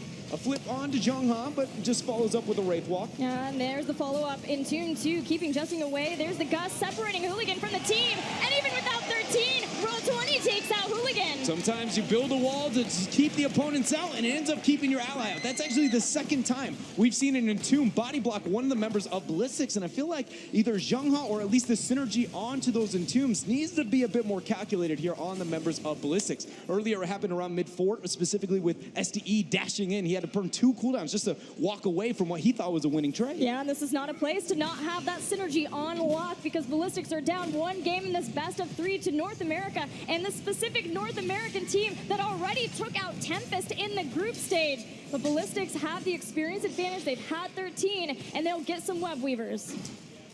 Webweavers here, but the 13 talents here for Roll20, they can essentially now do the exact same thing you saw Ballistix aim to do during the Webweaver phase. Wait for the missed position, hard initiate, dive past the objective, be quick, effective with your team fight, and then get a free clear elsewhere onto the map. So where are the members of Ballistix deciding to group? It looks like mid or top are going to be the focus. Setting up in the mid. Goku does not have self-destruct yet. It's almost there. A lot of damage put on him. Trying to bring down that tanky health bar. I really want to see Falstad try and get a flight onto this mecha explosion. A flight gust would be huge here. Is he going to go for it? Larong, not yet to show the transfer down. There it is! There it is!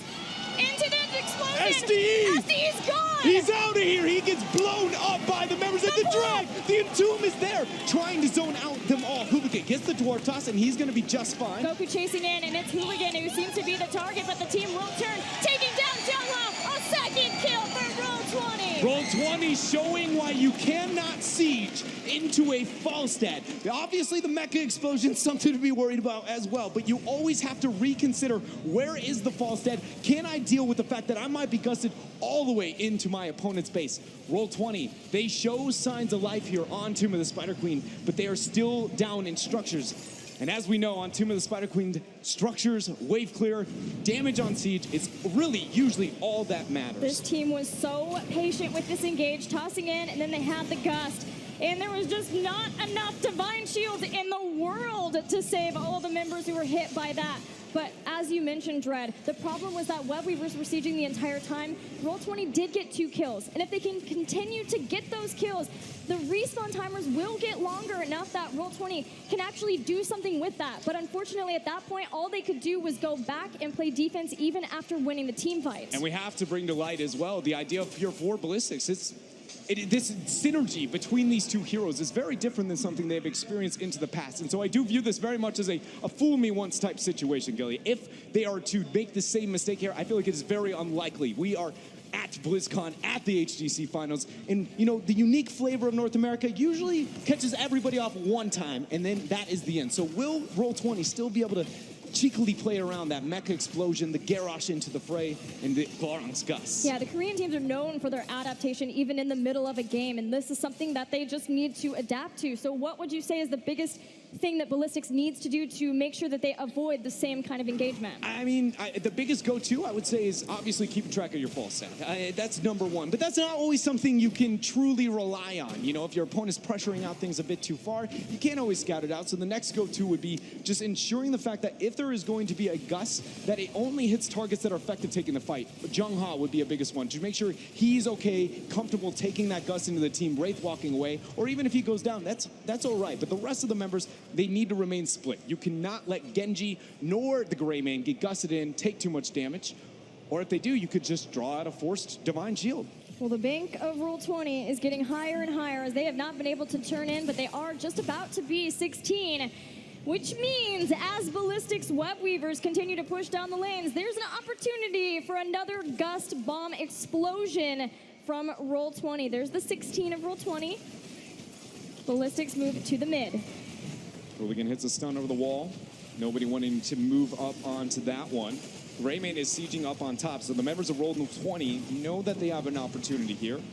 But Glorong is dealing with that bottom web weaver. All three have just fallen about to the 50% HP. Normally, you want to hyper-focus on getting one down so that they can't, especially as they walk up to these keeps, get that much value. Glorong, though, out too far. That's a barrel roll interrupted. There's a couple of stuns there. Gust used, pushes Hooligan in, but less than what Roll20 were wanting from that, and forcing the gust is just enough for Ballistix already. With every single fort down, with keep towers taking damage, Ballistix gets a huge opening with this 2-level lead.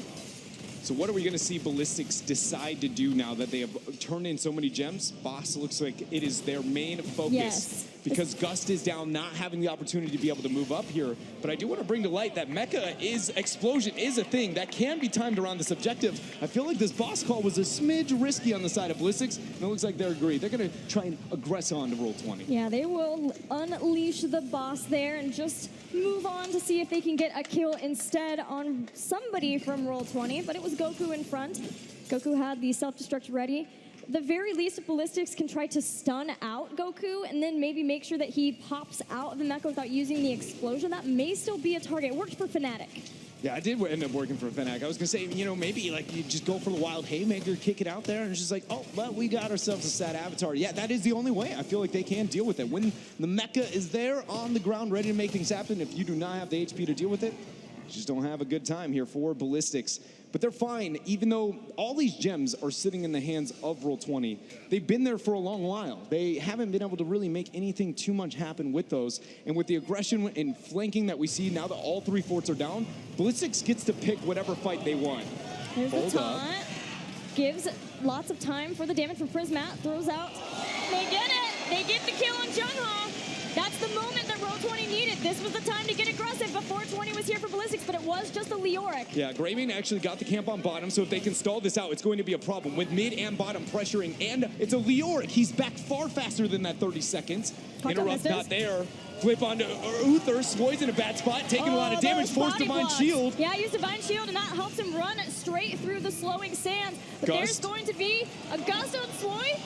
They can't get to him. The pole doesn't connect. They're going to throw over the explosion.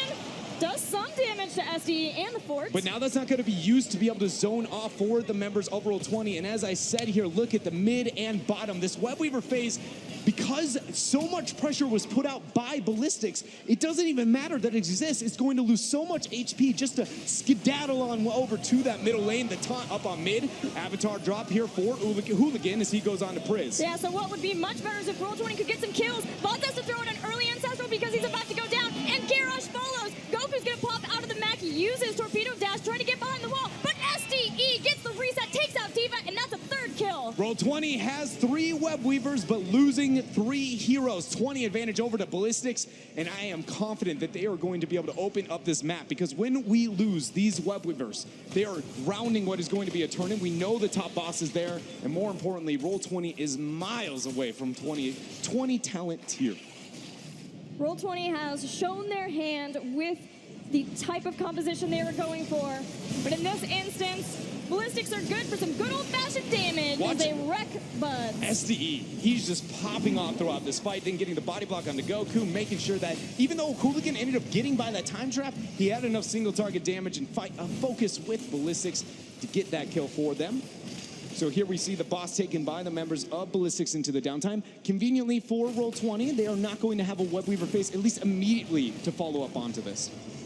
Yeah, it's still a little ways out. And the lanes are pushed as such that Ballistix does need to move forward and being able to gather the gems from those waves. So Ballistix is putting all their focus into having 20 ahead of Roll20 and having the boss here. But it's sieging versus the Roll20 composition that's anti-siege, so let's see how it works out for Ballistix. They do not have a Mecha Explosion available there for Goku, so no huge play. And Tomb actually whiffing as well. Flip onto Uther, no Divine Shield. Oh, he gets it off at the very last second. Hooligan, though, moves up, hits the stun onto Goku and friends. Glorong! Oh, he gets the Ancestral and the barrel roll. Roll20 held on. They did hold on, but they are going to lose this keep. Do they lose the game right now? Because they're still long way from 20. There's the double stun, but it's Rhaegar who goes down. Buzz has died. Now Justing's in danger. And now we see the boss going on to the core. Another member of Roll20 drops. Stormbolt lands on a Glorong. STDE goes in, gets a reset. The mecha is there, but it does not look like it matters here. The members of Ballistic are going to send us over to a game number 3. Ballistix holds off, only falling one time to the combo of Roll20, otherwise doing exactly what they needed to do to hang on in this series and tie us up 1-1. As I said before, it feels like that composition was a bit of a fool me once situation. And Ballistix says, fool me can't be fooled again. They're able to hold this off, stall it out here, and bring it back to game number 3.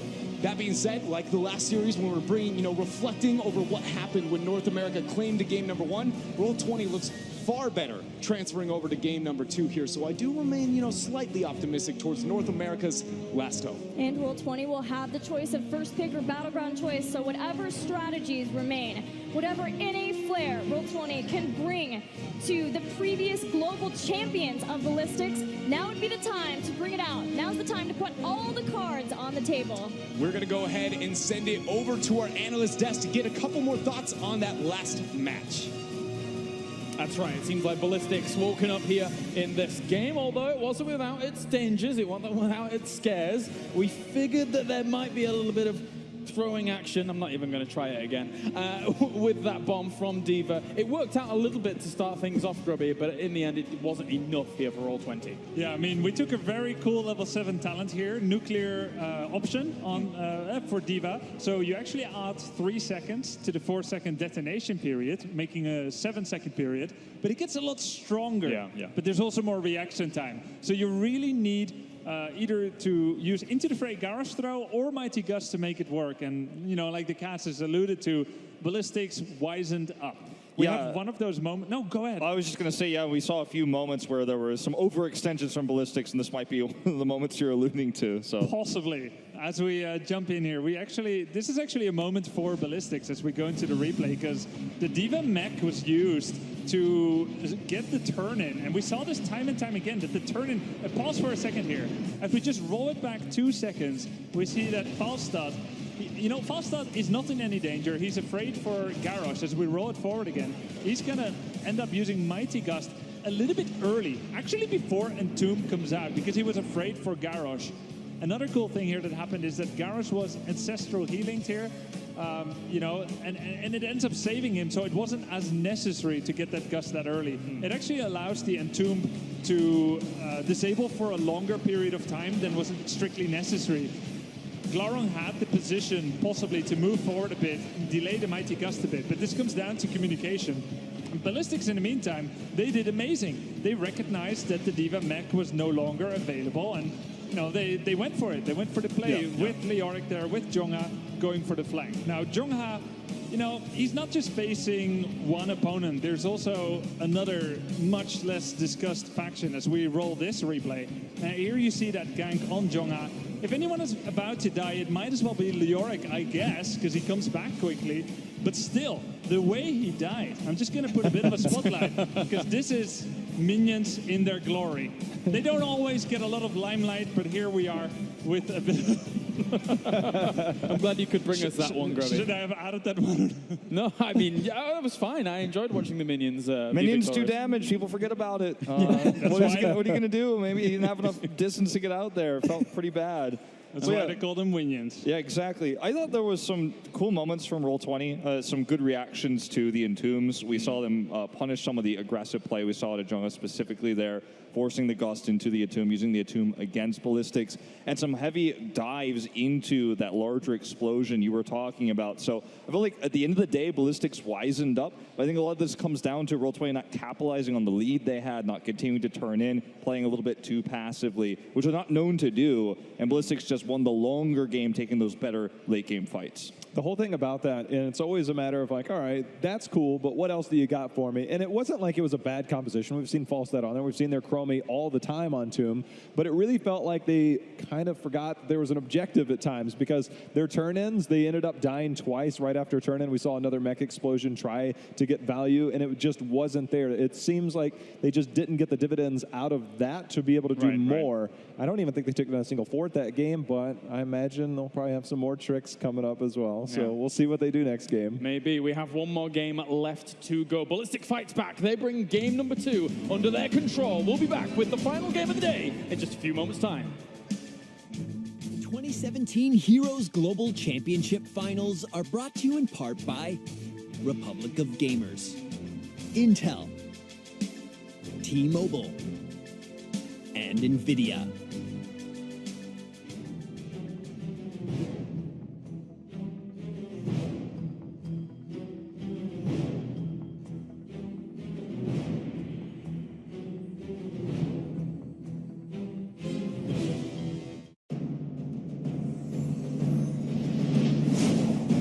Terrible fate has befallen this world. Evil runs rampant, uncontested. I can stand by no longer. Die, Hellspawn! Crawl back to the pit from whence you came. I am the Archangel Tyrael, and I will defend this realm from all who would defile it. For I am justice itself.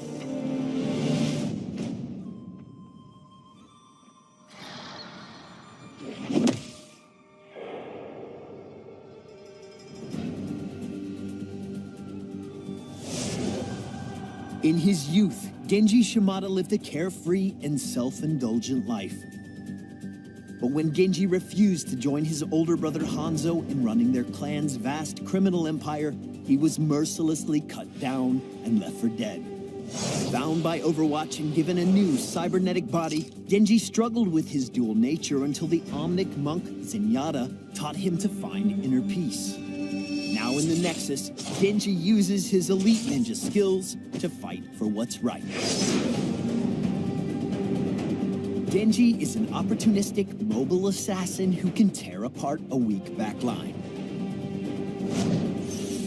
Genji's trait, Cyber Agility, allows him to quickly traverse the battleground. When activated, Genji leaps into the air and lands at his targeted location, jumping over any impassable terrain in his path. His first ability, Shuriken, launches a fan of 3 ninja stars in the targeted direction. This ability can store up to 3 charges, and its cooldown refreshes all 3 charges at once. Deflect is Genji's primary method of self-defense. When activated, he briefly gains the Protected status, preventing all damage to himself and dealing damage to his nearest enemy whenever he is attacked, prioritizing heroes. Swift Strike serves as both a damage and mobility tool. Genji dashes forward a set distance, damaging all enemies in his path. If an enemy hero dies soon after being hit by Swift Strike, its cooldown is reset. Genji's first heroic ability, Dragon Blade, works similarly to how it does in Overwatch. When activated, he draws his sword and gains a powerful melee attack for a brief window of time. While Dragon Blade is active, hitting Q or R causes him to lunge forward and swing his sword in a wide arc, damaging all enemies he hits. X Strike offers Genji a more front-loaded heroic option in terms of damage. He leaps into the air and carves 2 giant slashes into the ground, damaging all enemies they hit. He then delivers a third and final attack as he lands, dealing heavy damage to all enemies in the targeted area.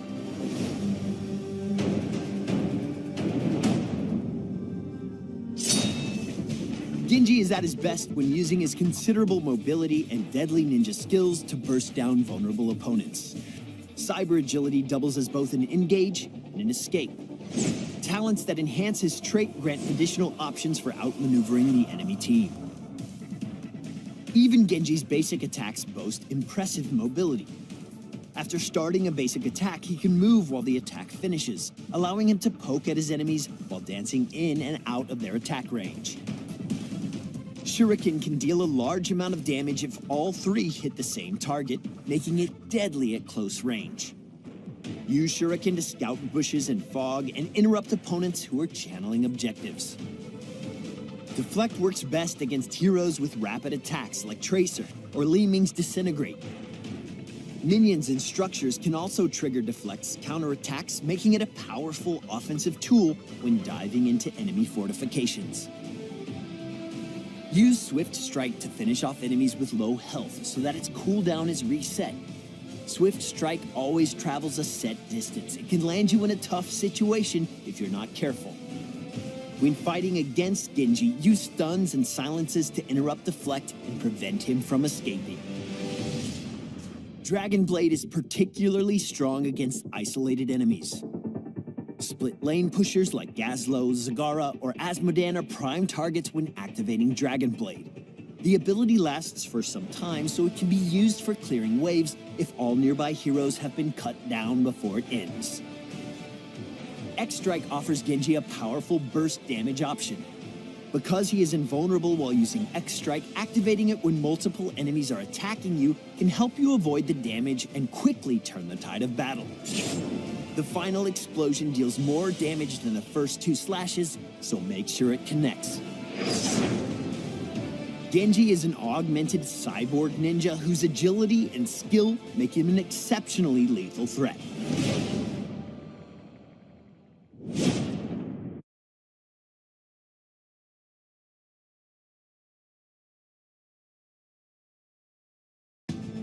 Welcome back to the HGC 2017 finals here as we have one more game for you today as Roll20 goes up against Ballistix Esports to find out who is going to be moving on. Ballistix Esports? That's weird. I kind of mixed the names up for a moment there, but whatever.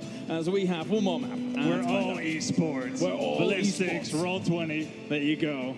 And you know, who's going to go up against Fnatic? It's either one of these teams. It all comes down to this. Last hope of North America rests on the shoulders of one battleground. I think it's really important that Roll20 won the first map. It gives them the opportunity to choose map now after the loss here in game number 3. I think they have to go to it. They have to avoid playing on one of those larger maps that Ballistix would love to choose when given the option. Well, let's find out what it's going to be, Jay. What do you think? Well, before we ever even came back on, I could probably pick Braxis. Oh, this is risky. I find this to be very... But here again lies in the fact that Ballistix can't just out-macro the map to go kill the core. So, I mean, you can do it through altars, which force team fights, which is what Roll20 wants to do against Ballistix. You have to get the altar first, though. If Ballistix is able to take the first altar and defend it, you're going to be the one who's on the opposite end, the attacking end there. And Ballistix and Korean teams are so good at doing this. One more thing to point out is that Roll20 picked map 3 times in a row. Yep. And so they basically said to themselves, we don't actually think draft is disfavored against us when we give away first pick. Because this value of first pick is actually dubious. It depends on the meta and the powerful picks that are out there. And so Roll20 just gets the comfort of pick of map every time. And apparently they think they have a better shot on towers than on Braxis. Well, time to get into it then. Game number 3. This is the final game of the day. Ballistix and Roll20 Esports 1-1 currently. The winner advances to the round of 4. It's really interesting to see this Genji ban coming in first. Obviously, STE definitely had his moments of brilliance when there was nothing to peel. I was surprised to see, though, that Ballistix didn't pick up the Tracer they've been going to when available. It was banned both game 1 and 2. Now that they've taken Muradin, Roll20 should be very happy with the task Tracer they have been given. And as you can see on camera shots here, it looks like they certainly are. So a little bit worrisome now for Ballistix. They're going to have to find the answer here. Tracer is a difficult hero to play when the nerfs are unraveling. The question is, are they? We don't know. We don't know until we speak to them later. But this is a very strong combination. Not just the Tracer with the Tassadar shields. Let's talk also about the level 20 power spike of Tassadar. If they can make it there. And Towers of Doom, it's one of our longer played battlegrounds. I mean, longer games battlegrounds. Twilight Archon, very strong. Yeah, and who can forget the get stuck for Tracer, Nick's performance earlier tonight, that insta-kill in the kill zone. These are things to be feared from a good Tracer player here. Let's see. They're just going to go to their standard go-to picks here. The Greymane, the Kharazim, that extra damage here. No lockdown provided so far, minus the Stormbolt they already picked up with the Muradin. Very difficult to hit a Tracer with that. The whole thing about this is when I was researching all the different Tracer players, Roll20, it's been several months since they've played it. Obviously, I'm sure they practice it, but you talked about the nerves and being in the competitive scene. We'll see exactly how well practiced this is. But I really like the response from Ballistix. We get the Kharazim, which can really help deal with a lot of the auto attacks when you get the Earth ally. We see Greymane as a great counter once you get that lockdown. Now, I really wonder, will we see a potential Brightwing as a pickup for Ballistix to try and get that point and click and then try and capitalize on that? We see the Abathur ban in return to make sure there's no double Greymane as well. I feel like it's the lowest place that Abathur has been on the entire Towers of Doom for this whole tournament so far. Him coming in second ban, or second ban phase, I should say. So there you go. Yeah, we see some first bans, some first picks indeed, but Abathur's win rate has dropped just a little tad. He just lost, like he was 5-1 into the day. Now he's like 5-3, 6-3, something like that. So teams are dealing with him decently. Now, if Brightwing comes out for Ballistix, and let's say Roll20 doesn't pick it up, Roll20 would need Cleanse to save Tracer from a blowout, but they can still pick it themselves. I think right now when I see this, it reminds me of the draft earlier, is that Greymane, he'll be protected by a Divine Palm, most likely. Kharazim has an activatable spell shield at level 13. Muradin is incredibly hard to kill, so I really want to see Roll20 move into some extra type of damage. Obviously, we saw it work out well earlier with Expert, but we had a lot of question marks going into that draft. When they play this style, it doesn't necessarily make me feel like they're going to have a lot. When I think about their hero pools, it doesn't make me feel like there's going to be a lot more around that. Glaurung, most likely the Tracer player, Prismaticism sliding over Tassadar, but we might see how that works out. But then the Goku pick is going to be the go-to on, will it be a melee-style hero? We'll find out. Wow. Stitches, Stukov. So bringing out the Stitches here, he gets to play, but will this pull into Lurking Arm combo be enough? And will we even potentially see a draft into Force Wall to try to get those picks? I think it's a possibility, but I think you lose so much damage when you take that. Already got double support. Is Stitches going to be your only tank here against such a strong DPS lineup from Ballistix with Greymane, Kharazim? If Stitches falls, you're going to have a bad time. If they do this, if they commit to this, I think they're going to be so pigeonholed into Stitches picks. Is that how you want to try to get out of the quarterfinals of BlizzCon? Yeah. Feels a bit risky. It is very risky, and there's still a few question marks on Roll20's draft. Is it Gorge? Is it Putrid Bile? I think it probably will be Putrid Bile because he needs that mobility to get away from the very, furious onslaught that Ballistix is able to field here. But Ballistix also needs to wonder, what if it is Hook Gorge play? Can we deal with that? Right. Well, most of the heroes have a dash for now. And Void Prison.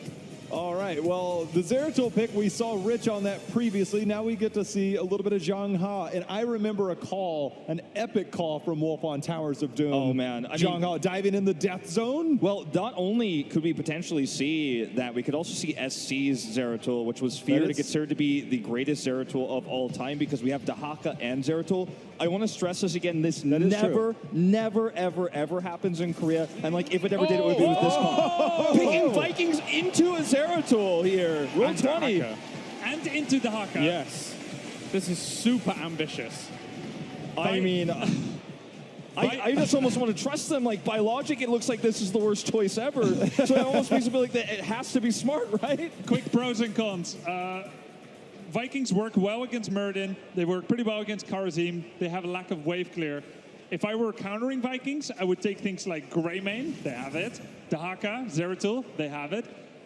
I mean, this has to be a very passive Viking play because Zeratul will eat those Vikings up like they are nothing. And so this is, oh man. Do we get a Korean-style Wizen duelist That's what I coming was out thinking. from Greymane? I mean, you have vulnerable targets there. This Get used to away be with the it. go-to pick on Towers of Doom. A lot of North American teams, I remember an old Tempo Storm, roster back in the day. It was like, just ban it out against them. Let's keep something else normal. It was the thing to do on Towers of Doom. But it doesn't make sense here. When you have Vikings, your warrior must be someone that can get quick pickoffs reliably in 4 seconds or less. Yeah. You can't wait around forever to do hooks in order to roam around S4 and get kills. Yeah. So this is like a different style. It's like passivity style. You hold back, you wait for a hook, you poke, poke, poke, poke. Tracer can poke, Tassadar can poke, sure, but I'm worried. I don't see it yet. I'm worried too about whatever ends up happening if they just leave simply Eric in the top lane and roam as 4 with the other 2 Vikings pushing a little bit or soaking a little bit. What happens to that top lane when Dahaka is pushing? The Vikings can't deal with that, so you have to rotate up. They have the better rotational power. They have Zeratul here. Wizen Duelist, I think, could be so strong. It's only solo support Karazim here, but you're going to get those kills on the Vikings. And I mean, I feel like this draft, there's something we're not seeing here, and there has to be. Well, let's see how this is going to work out. It feels like an amalgamation of multiple strategies coming together here for Roll20 to try and push them on to the victory. Let's head over to the commentary team as we have the final game of the day here for day number 1. Last game, Roll20 channeled Team Freedom's Diva. This game, they're channeling Gale Force Esports Lost Vikings. And we're headed to Towers of Doom, a map that's done well for North America in this tournament so far. It's also something that, North America has just, in the past, the Towers of Doom is a map where typically we can hold our own. I just did not think that when all was on the line here for Roll20, they went to the North American Classic, trust in the TLV. Well, let's see if that trust pays off. Our final game of the evening as we head into Game 3 on Towers of Doom with Ballistix and Roll20 tied 1-1. In the blue, reigning Blizzcon champions. Hooligan playing Muradin, Jungha on Dahaka, SCSC playing Zeratul, Swoy playing Karazim, and SDE on Greymane. Let's hear it for Ballistix. And in the red, representing North America, 1 game away from doing what everyone said they could not do. We have Glorong on the Tassadar, Justing on that Stitches, TLV played by Goku, Prismaticism's on that Tracer, and last is Buds on Stukov. Blizzcon, give it up for Roll20 Esports!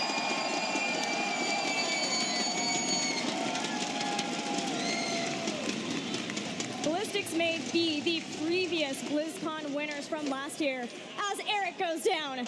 But they by no means feel that way. They feel like they are a new team and they are attending the HGC finals with BlizzCon for the first time because of all the changes they've had. Losing Noblesse, who was the heart and soul of the team, and then bringing in SDE, bringing in Hooligan on the team. But they were able to get the victory at the Eastern Clash, and they're close to being able to go to the quarterfinals if they can just get this one last game. Hook attempt being dropped there. Nice silence onto Hooligan, but Swoy's there with the heals. He's going to be just fine. And I just want to bring to light here, if you look into North America's past versus Korea, this is not the first time we have brought out the old school TLV to try and bring up, get an upset against teams that maybe we considered too tough to be able to take on our own. And every single time, Korea has just dismantled it. They are very, very good. It's just not playing into the Zeratul. Oh, wait a minute here. Bud's in a bad spot. SC finds himself the first kill. Jungha with that brush stop. Drag unable to land there with a nice juke out of Justin. Yeah, it wasn't the Vikings that Ballistix were after as they take down Buds and get a kill on Stukov. Everyone can be vulnerable, really just Tracer trying to be the one who can dive into the team, and otherwise it's on Goku now. And it hasn't escaped me to see the role swaps that we've been seeing from Roll20.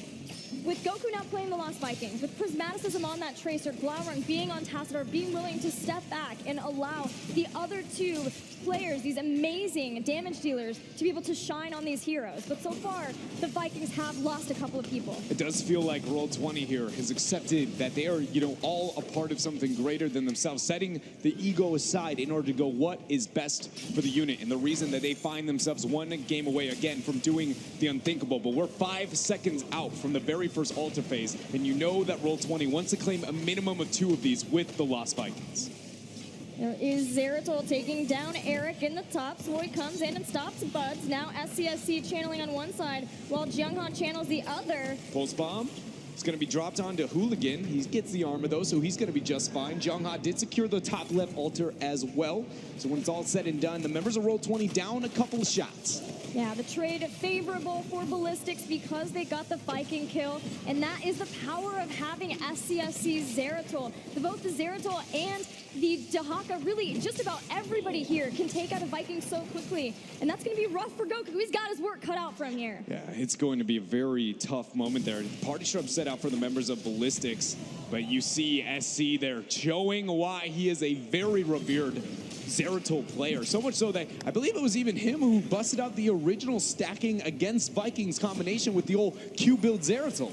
Way back. I mean, that's like about a year and a half ago, I think, when that was meta. Yeah, back when it was still gathering power, but not in this case. No stacking yet. We may see a Wizened Duelist at level 7, though, for Ballistix and their Gray main. But at this point, things look good for Ballistix. They have the 2 altars that they're able to get out of that phase. They are able to get a few kills here, and they're starting to get ahead in experience, which versus a Vikings team, that's looking pretty for you to be able to win a game. And typically when, because the Lost Vikings is such a rare pick, how you want to play that map, how you want to be playing is just have such a dominant foreman that you create so many problems that you're getting value out of that side soak lanes. But with Ballistix constantly hunting down Eric, Balog, and Olaf, it just feels like that Roll20 is not getting what they wanted out of that pick, and after the Stormbolt and drag, Buds is out of here. Another kill here for Ballistix. Justin maybe hoping that he could get not even a kill necessarily from that, but even hoping hand Buds back. But Roll20, we have yet to see what it is this strategy is designed to do. Yet to see any breaking point for them as the Vikings are dropping like flies in this game. Yeah, they're going down very, very quickly. But a moment maybe to turn things around is, keep in mind, this is a pre-10 full level lead for Ballistix. They draw up the dimensional shift. No one too hasteful to get onto this channel. Eric's scooting on up here as he's going to go ahead and stop that in, but quick to respond as Hooligan. Well, this is a better situation for Roll20. There's just the single altar. There's the flank. Drag hits on Glauron. Gets out. No, he doesn't. He is taken down, and so is Stukov. 2 quick kills for Ballistix. They get the drag on adjusting. Pulse stitches out. He wants to play, but maybe not with the members of Ballistix. Finding another kill there onto the Lost Vikings, and it looks like Ballistix here is just going to really get this game snowballed out of control. Yes, a 2-level lead, roughly 1.5, but this early in the game is not something you see so often. Especially against a Lost Vikings composition. If Abathur is the I'm going to lose the early game hero, TLV is the I'm going to win this early game. It's very different than, maybe a Tyrande composition, but the fact that this is the case for Ballistix is a very grim story here for the members of Roll20. They back out. They're going to pick themselves up a boss. We're a long ways away from heroics. At this point, I'm ready to sit back and see what is Ballistix going to do with this huge window of opportunity. Yeah, Ballistix is feeling good to go get a boss instantly at 10. They have to be having their cake and eating it too. They even took Wizened Duelist, and they are halfway through the stacks of that. So that means that SDE is just going to get scarier and scarier in fights. Not to mention the heroic abilities, Void Prison.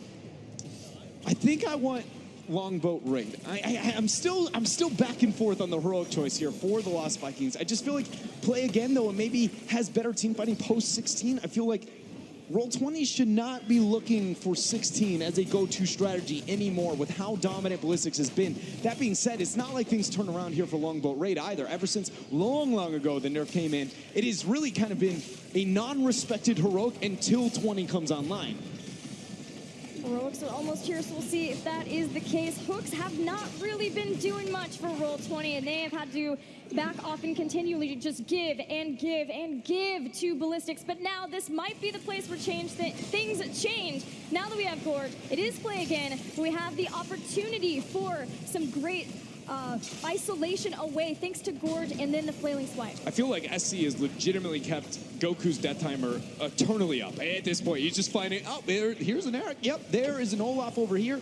very good job of constantly keeping pressure there on the Goku. Justin, he's in a bad spot. He ended up getting the Gorge, though. There's isolation on Bud, so he can't even help with this. He throws out the flailing swipe and immediately stopped from the Void Prison. This is not going to be good for the members of Roll20. Ballistix constantly getting the flank around. Prismat drops the pulse bomb, gets the recall in. Buds ends up dropping there as the channel is secured here for Ballistix. Going for the throw is SDE, but he's unable to find himself that kill. Yeah, it just goes to show not only how weak the Vikings are to this kind of dive-oriented play between the Zeratul and the Greymane, as Vikings are just assassinated by Ballistix, but even Buds' Stukov is very vulnerable to dive from that. If they get on top of him, the flailing swipe, they can avoid that from that. So things aren't going as planned for Roll20, unfortunately for them. Max range Stormbolt just barely whiffs there on to the Tracer. Prismat, though, will be able to survive, but we are 8 minutes in, and already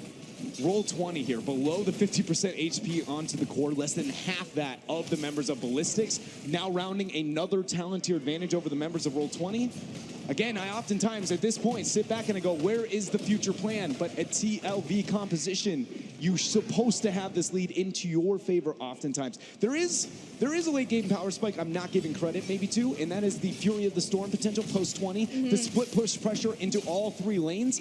But again, is a 20 strategy realistic option remaining here for North America's last hope? What Ballistix have done such an incredible job of too is keeping track of the mercenary camps, because there is the mercenary lord for Roll20, and if they're able to use that, they also have the Viking bribery, then they could get a lot more out of the sappers and get a lot of damage done to structures, but that even hasn't been going to plan for Roll20, and that's because Roll20 can't stall out any of the altar phases. They lose someone earlier on, they're not able to get the isolation right.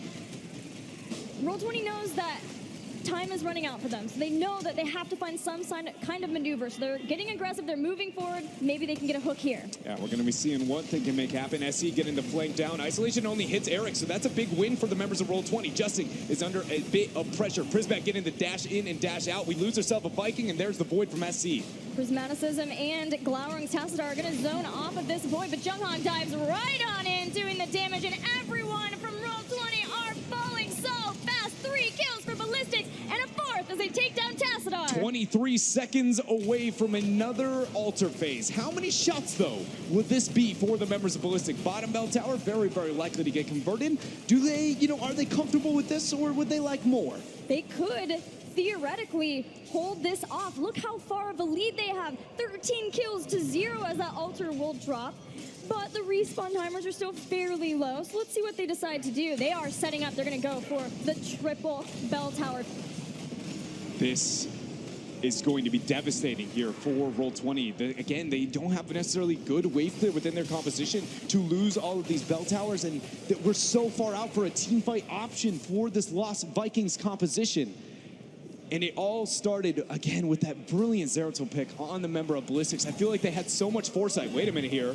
Hook, a Gorge. Can Hooligan make it out? This is Hooligan. Drops right on top of the silence. The pulse bomb there, too, so he couldn't dwarf toss away immediately. Dwarf tosses into Avatar. Hooligan stays alive as the rest of Ballistix comes to his aid. But 2 other members of Ballistix conveniently getting the sapper, keeping the pressure out so that there's no opportunity for Eric to convert that bell tower back into the bottom lane. Top is prepped and ready for whenever the members, well, it's going to be right now, decide to go in there and convert that on over, and suddenly it is going to rain shots over to Roll20's core. The core is ticking down, and it will be stopped with just the 1 shot as mid is taken.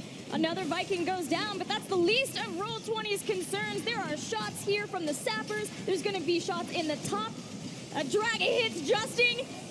Will Buds be able to silence these shots to remove them from the core? The pressure in, the damage there, and another kill for Ballistix. They are unrelenting here to the pressure onto Roll20, and another sapper soon to follow up. And the triple altar phase. This looks to be lights out for the final North American team. The sprays are dropped. Ballistix move into position. 6 shots left on Roll20's core. Play again is going to be used here for Goku as he finds himself in a bit of a pickle here in this 2 versus 1. They lose ourselves a Baylog. Buds is there to look to join in, but all it takes is 1 altar for the members of Ballistix. Dahaka is going to go ahead and start this bottom channel, and if there is no interrupts, Doesn't matter. Zeratil's got it. Ballistix is going to be able to take this here in dominant fashion over Roll20, 2-1. Ballistix will move on through the quarterfinals and join Fnatic in the semifinals, making it a rematch of the grand finals of Blizzcon last year. Both of these teams, Fnatic and Ballistix, feeling like they're going to a grand championship position, the championship tournament for the first time, but only one will be able to go on to the grand finals. And you can see here from Roll20 and other North American teams in this round of 8, the development and growth that they were able to display, gaining games that many people said they had no chance of earning. But within the series, as more games come out, the resources drawn far too thin, and each North American team struggling, getting shut out right after. It was a tall task for North America. Not a single NA team winning their group. So all of them had to go against these powerhouses, these tournament winners, going up against a team like Ballistix, who may have a different roster, but still won Blizzcon last year. Even for Tempo Storm, facing the mid-season Brawl champions of Fnatic. It was a tall task, but North America, for me, the story is that they came into this tournament, they showed that NA has developed some good meta strategies, things like the Abathur on Towers of Doom, their Warhead Junction strategy. NA does have a place in competitive Heroes of the Storm. I think that's completely been proven, not only for all the fans here that we have, but also everybody at home. The performance North America has had has been impressive, but we're gone now. North America is out. We have some huge teams still remaining into the tournament. I am excited to see what kind of unfolds, especially after another amazing performance coming out of Korea. The beast feels like it is awoken, and suddenly now it's big question mark on who's going to come out on top. 2 European teams and 2 Korean teams left in the semifinals. Let's head over to the stage with Kevin and an interview with SCSC. Thank you so much, JC. That is right. I'm here with SCSC. Congratulations on your victory here in the round of 8. Fantastic play by you guys. I do have to ask a question, though. Was that a more challenging match than you expected from Roll20? 먼저 승리 축하드립니다. 그리고 한 가지 질문 드리겠는데요. 그 롤20랑 붙었는데요. 조금 생각보다 좀 어려운 경기를 하셨는가요? 솔직히 좀 이상한 걸 준비할 거라고 생각했는데 첫 경기에 한 번 맞아가지고 정신을 못 차릴 뻔했는데 저희가 좀 잘하는 픽만 해서 잘 된 것 같아요. We were expecting some strange picks from them, and then we were unexpected when they first picked that. And then after we lost, we realized we should just pick the best heroes that we play, and that's how we won. Very good thinking indeed. Now I have to also ask you, the semifinal matchup is against Fnatic. This is a rematch of last year's grand finals at BlizzCon. How are you feeling about that matchup? 다음 상대가 페나틱인데요. 작년 불콘 때는 이제 결승에서 마주쳤는데 이 페나틱을 다시 상대하는 것을 어떻게 생각하시나요? 프나틱이 실력적으로 좀 많이 힘들다고 생각은 하는데 솔직히 롤20보다 마음은 편한 것 같아요. He believes Fnatic is much harder opponent, but some weird way that he feels more comfortable than going against Roll20. One final question for you. Is there anything you want the world to know out there, you want BlizzCon to know about Ballistix that we don't already? You're a fantastic Heroes of the Storm team. What else do you want us to know? 지금 현재 많은 시청자분들이 블리스틱스 팀을 응원하고 계시는데요. 응원하시는 분들한테 혹시 뭐 하고 싶은 말 있으신가요? 일단 현장에도 되게 많은 분들이 꽉 채워주셔서 정말 감사드리고 그리고 한국은 아침부터 시작했을 텐데 많이 봐주시고 응원해주셔서 감사합니다. First, we'd like to thank all the fans that's in BlizzCon right now that filled up all the audiences. And also would like to thank the Korean audiences, even if it's very early in the morning, to root for our team. Fantastic. Very well mannered. Of course, SCSC, congratulations again. Looking forward to seeing you play tomorrow. Well done. All right, that is it for me. What a fantastic day of Heroes of the Storm. Thank you all here for being with us. Tomorrow, it's going to be amazing. Final thoughts from you, Calaris. That's right. Thank you very much. BlizzCon, obviously here, a very, very good day number 1, and Ballistix is able to advance 2-1 over Roll20. And I think, you know, there's been a lot of moments in chat where we've seen a lot of question marks and stuff like that. I think this might have been one of those moments where you can use question marks at your leisure. It was a difficult game there for Roll20 in the very end, and we were theorizing a lot of those components, it felt like 3 different drafts kind of slotted together. Yeah, that's kind of how it was. Stitches can work with Gorge, Abduction, together with Medivh. Tassadar Tracer can work with a solid front line or a good cleanse, which wasn't there. And Vikings can work if it's not being countered by a really heavy double lane push like the Hakal or Leo or Zul. And when it's not against a really good Viking hunter like Greymane, Zeratul, or Falstad. So it's kind of like 3 things that were really not working for Roll20. Yeah, I feel like, unfortunately for North America, this was the saddest ending we could ever have. And I said on the draft, I feel like there's something more we're not seeing here. And I think this is one of those things where we'll find out later there was a strategy, or perhaps something went wrong in draft, or there were calm issues. We saw Glowering very upset after the loss. I feel like there is a story deeper than what we saw, but we'll never know it. And we're just going to see Tempest Storm knocked out of this tournament.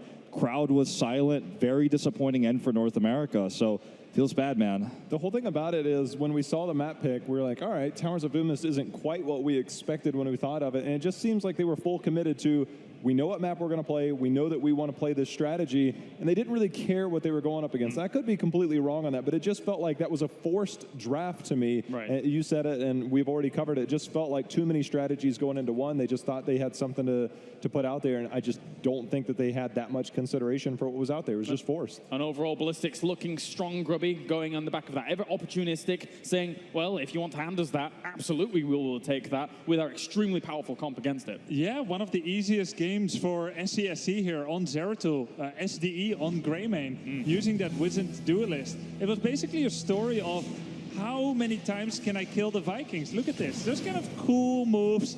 They're definitely for the better Zeratuls of this world, but ultimately there is not much counter threat.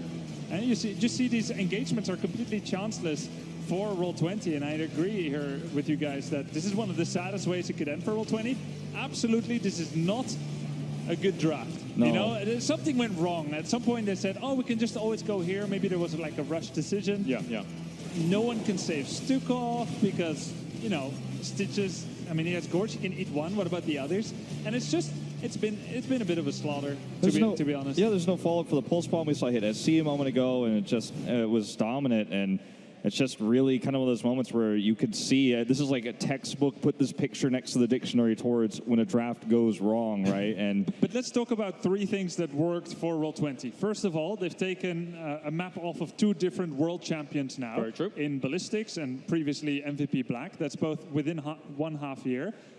We've seen really cool and exciting drafts, even to the point that SCSC says Roll20 in a weird way worried them more than Fnatic. So this is always good to have a trick. And then they made it to top 8, you know, 2-1 here, nearly made it. Yes. There's definitely things that didn't work, but there is a lot of hope still.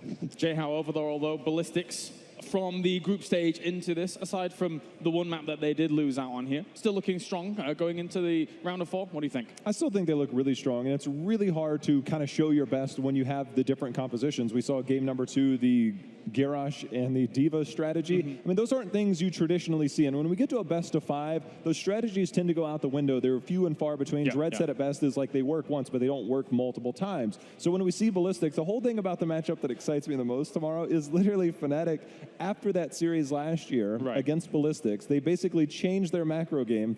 And it was almost like Ballistix wrote the textbook, they read it in the offseason, and then came out and dominated with it. Their strategies are very similar macro style. They're very above average fighting teams. It is such a, I don't know what the word is for it, but I am so beyond interested in that match tomorrow. It is probably going to be the most exciting one for me. It's going to be a very good day number 2 as we wrap things up here for day 1. The entire round of 8 has concluded. Tomorrow we will have the round of 4 and the grand finals. 10 a.m. Pacific time. We'll see you tomorrow for more HGC Grand Finals.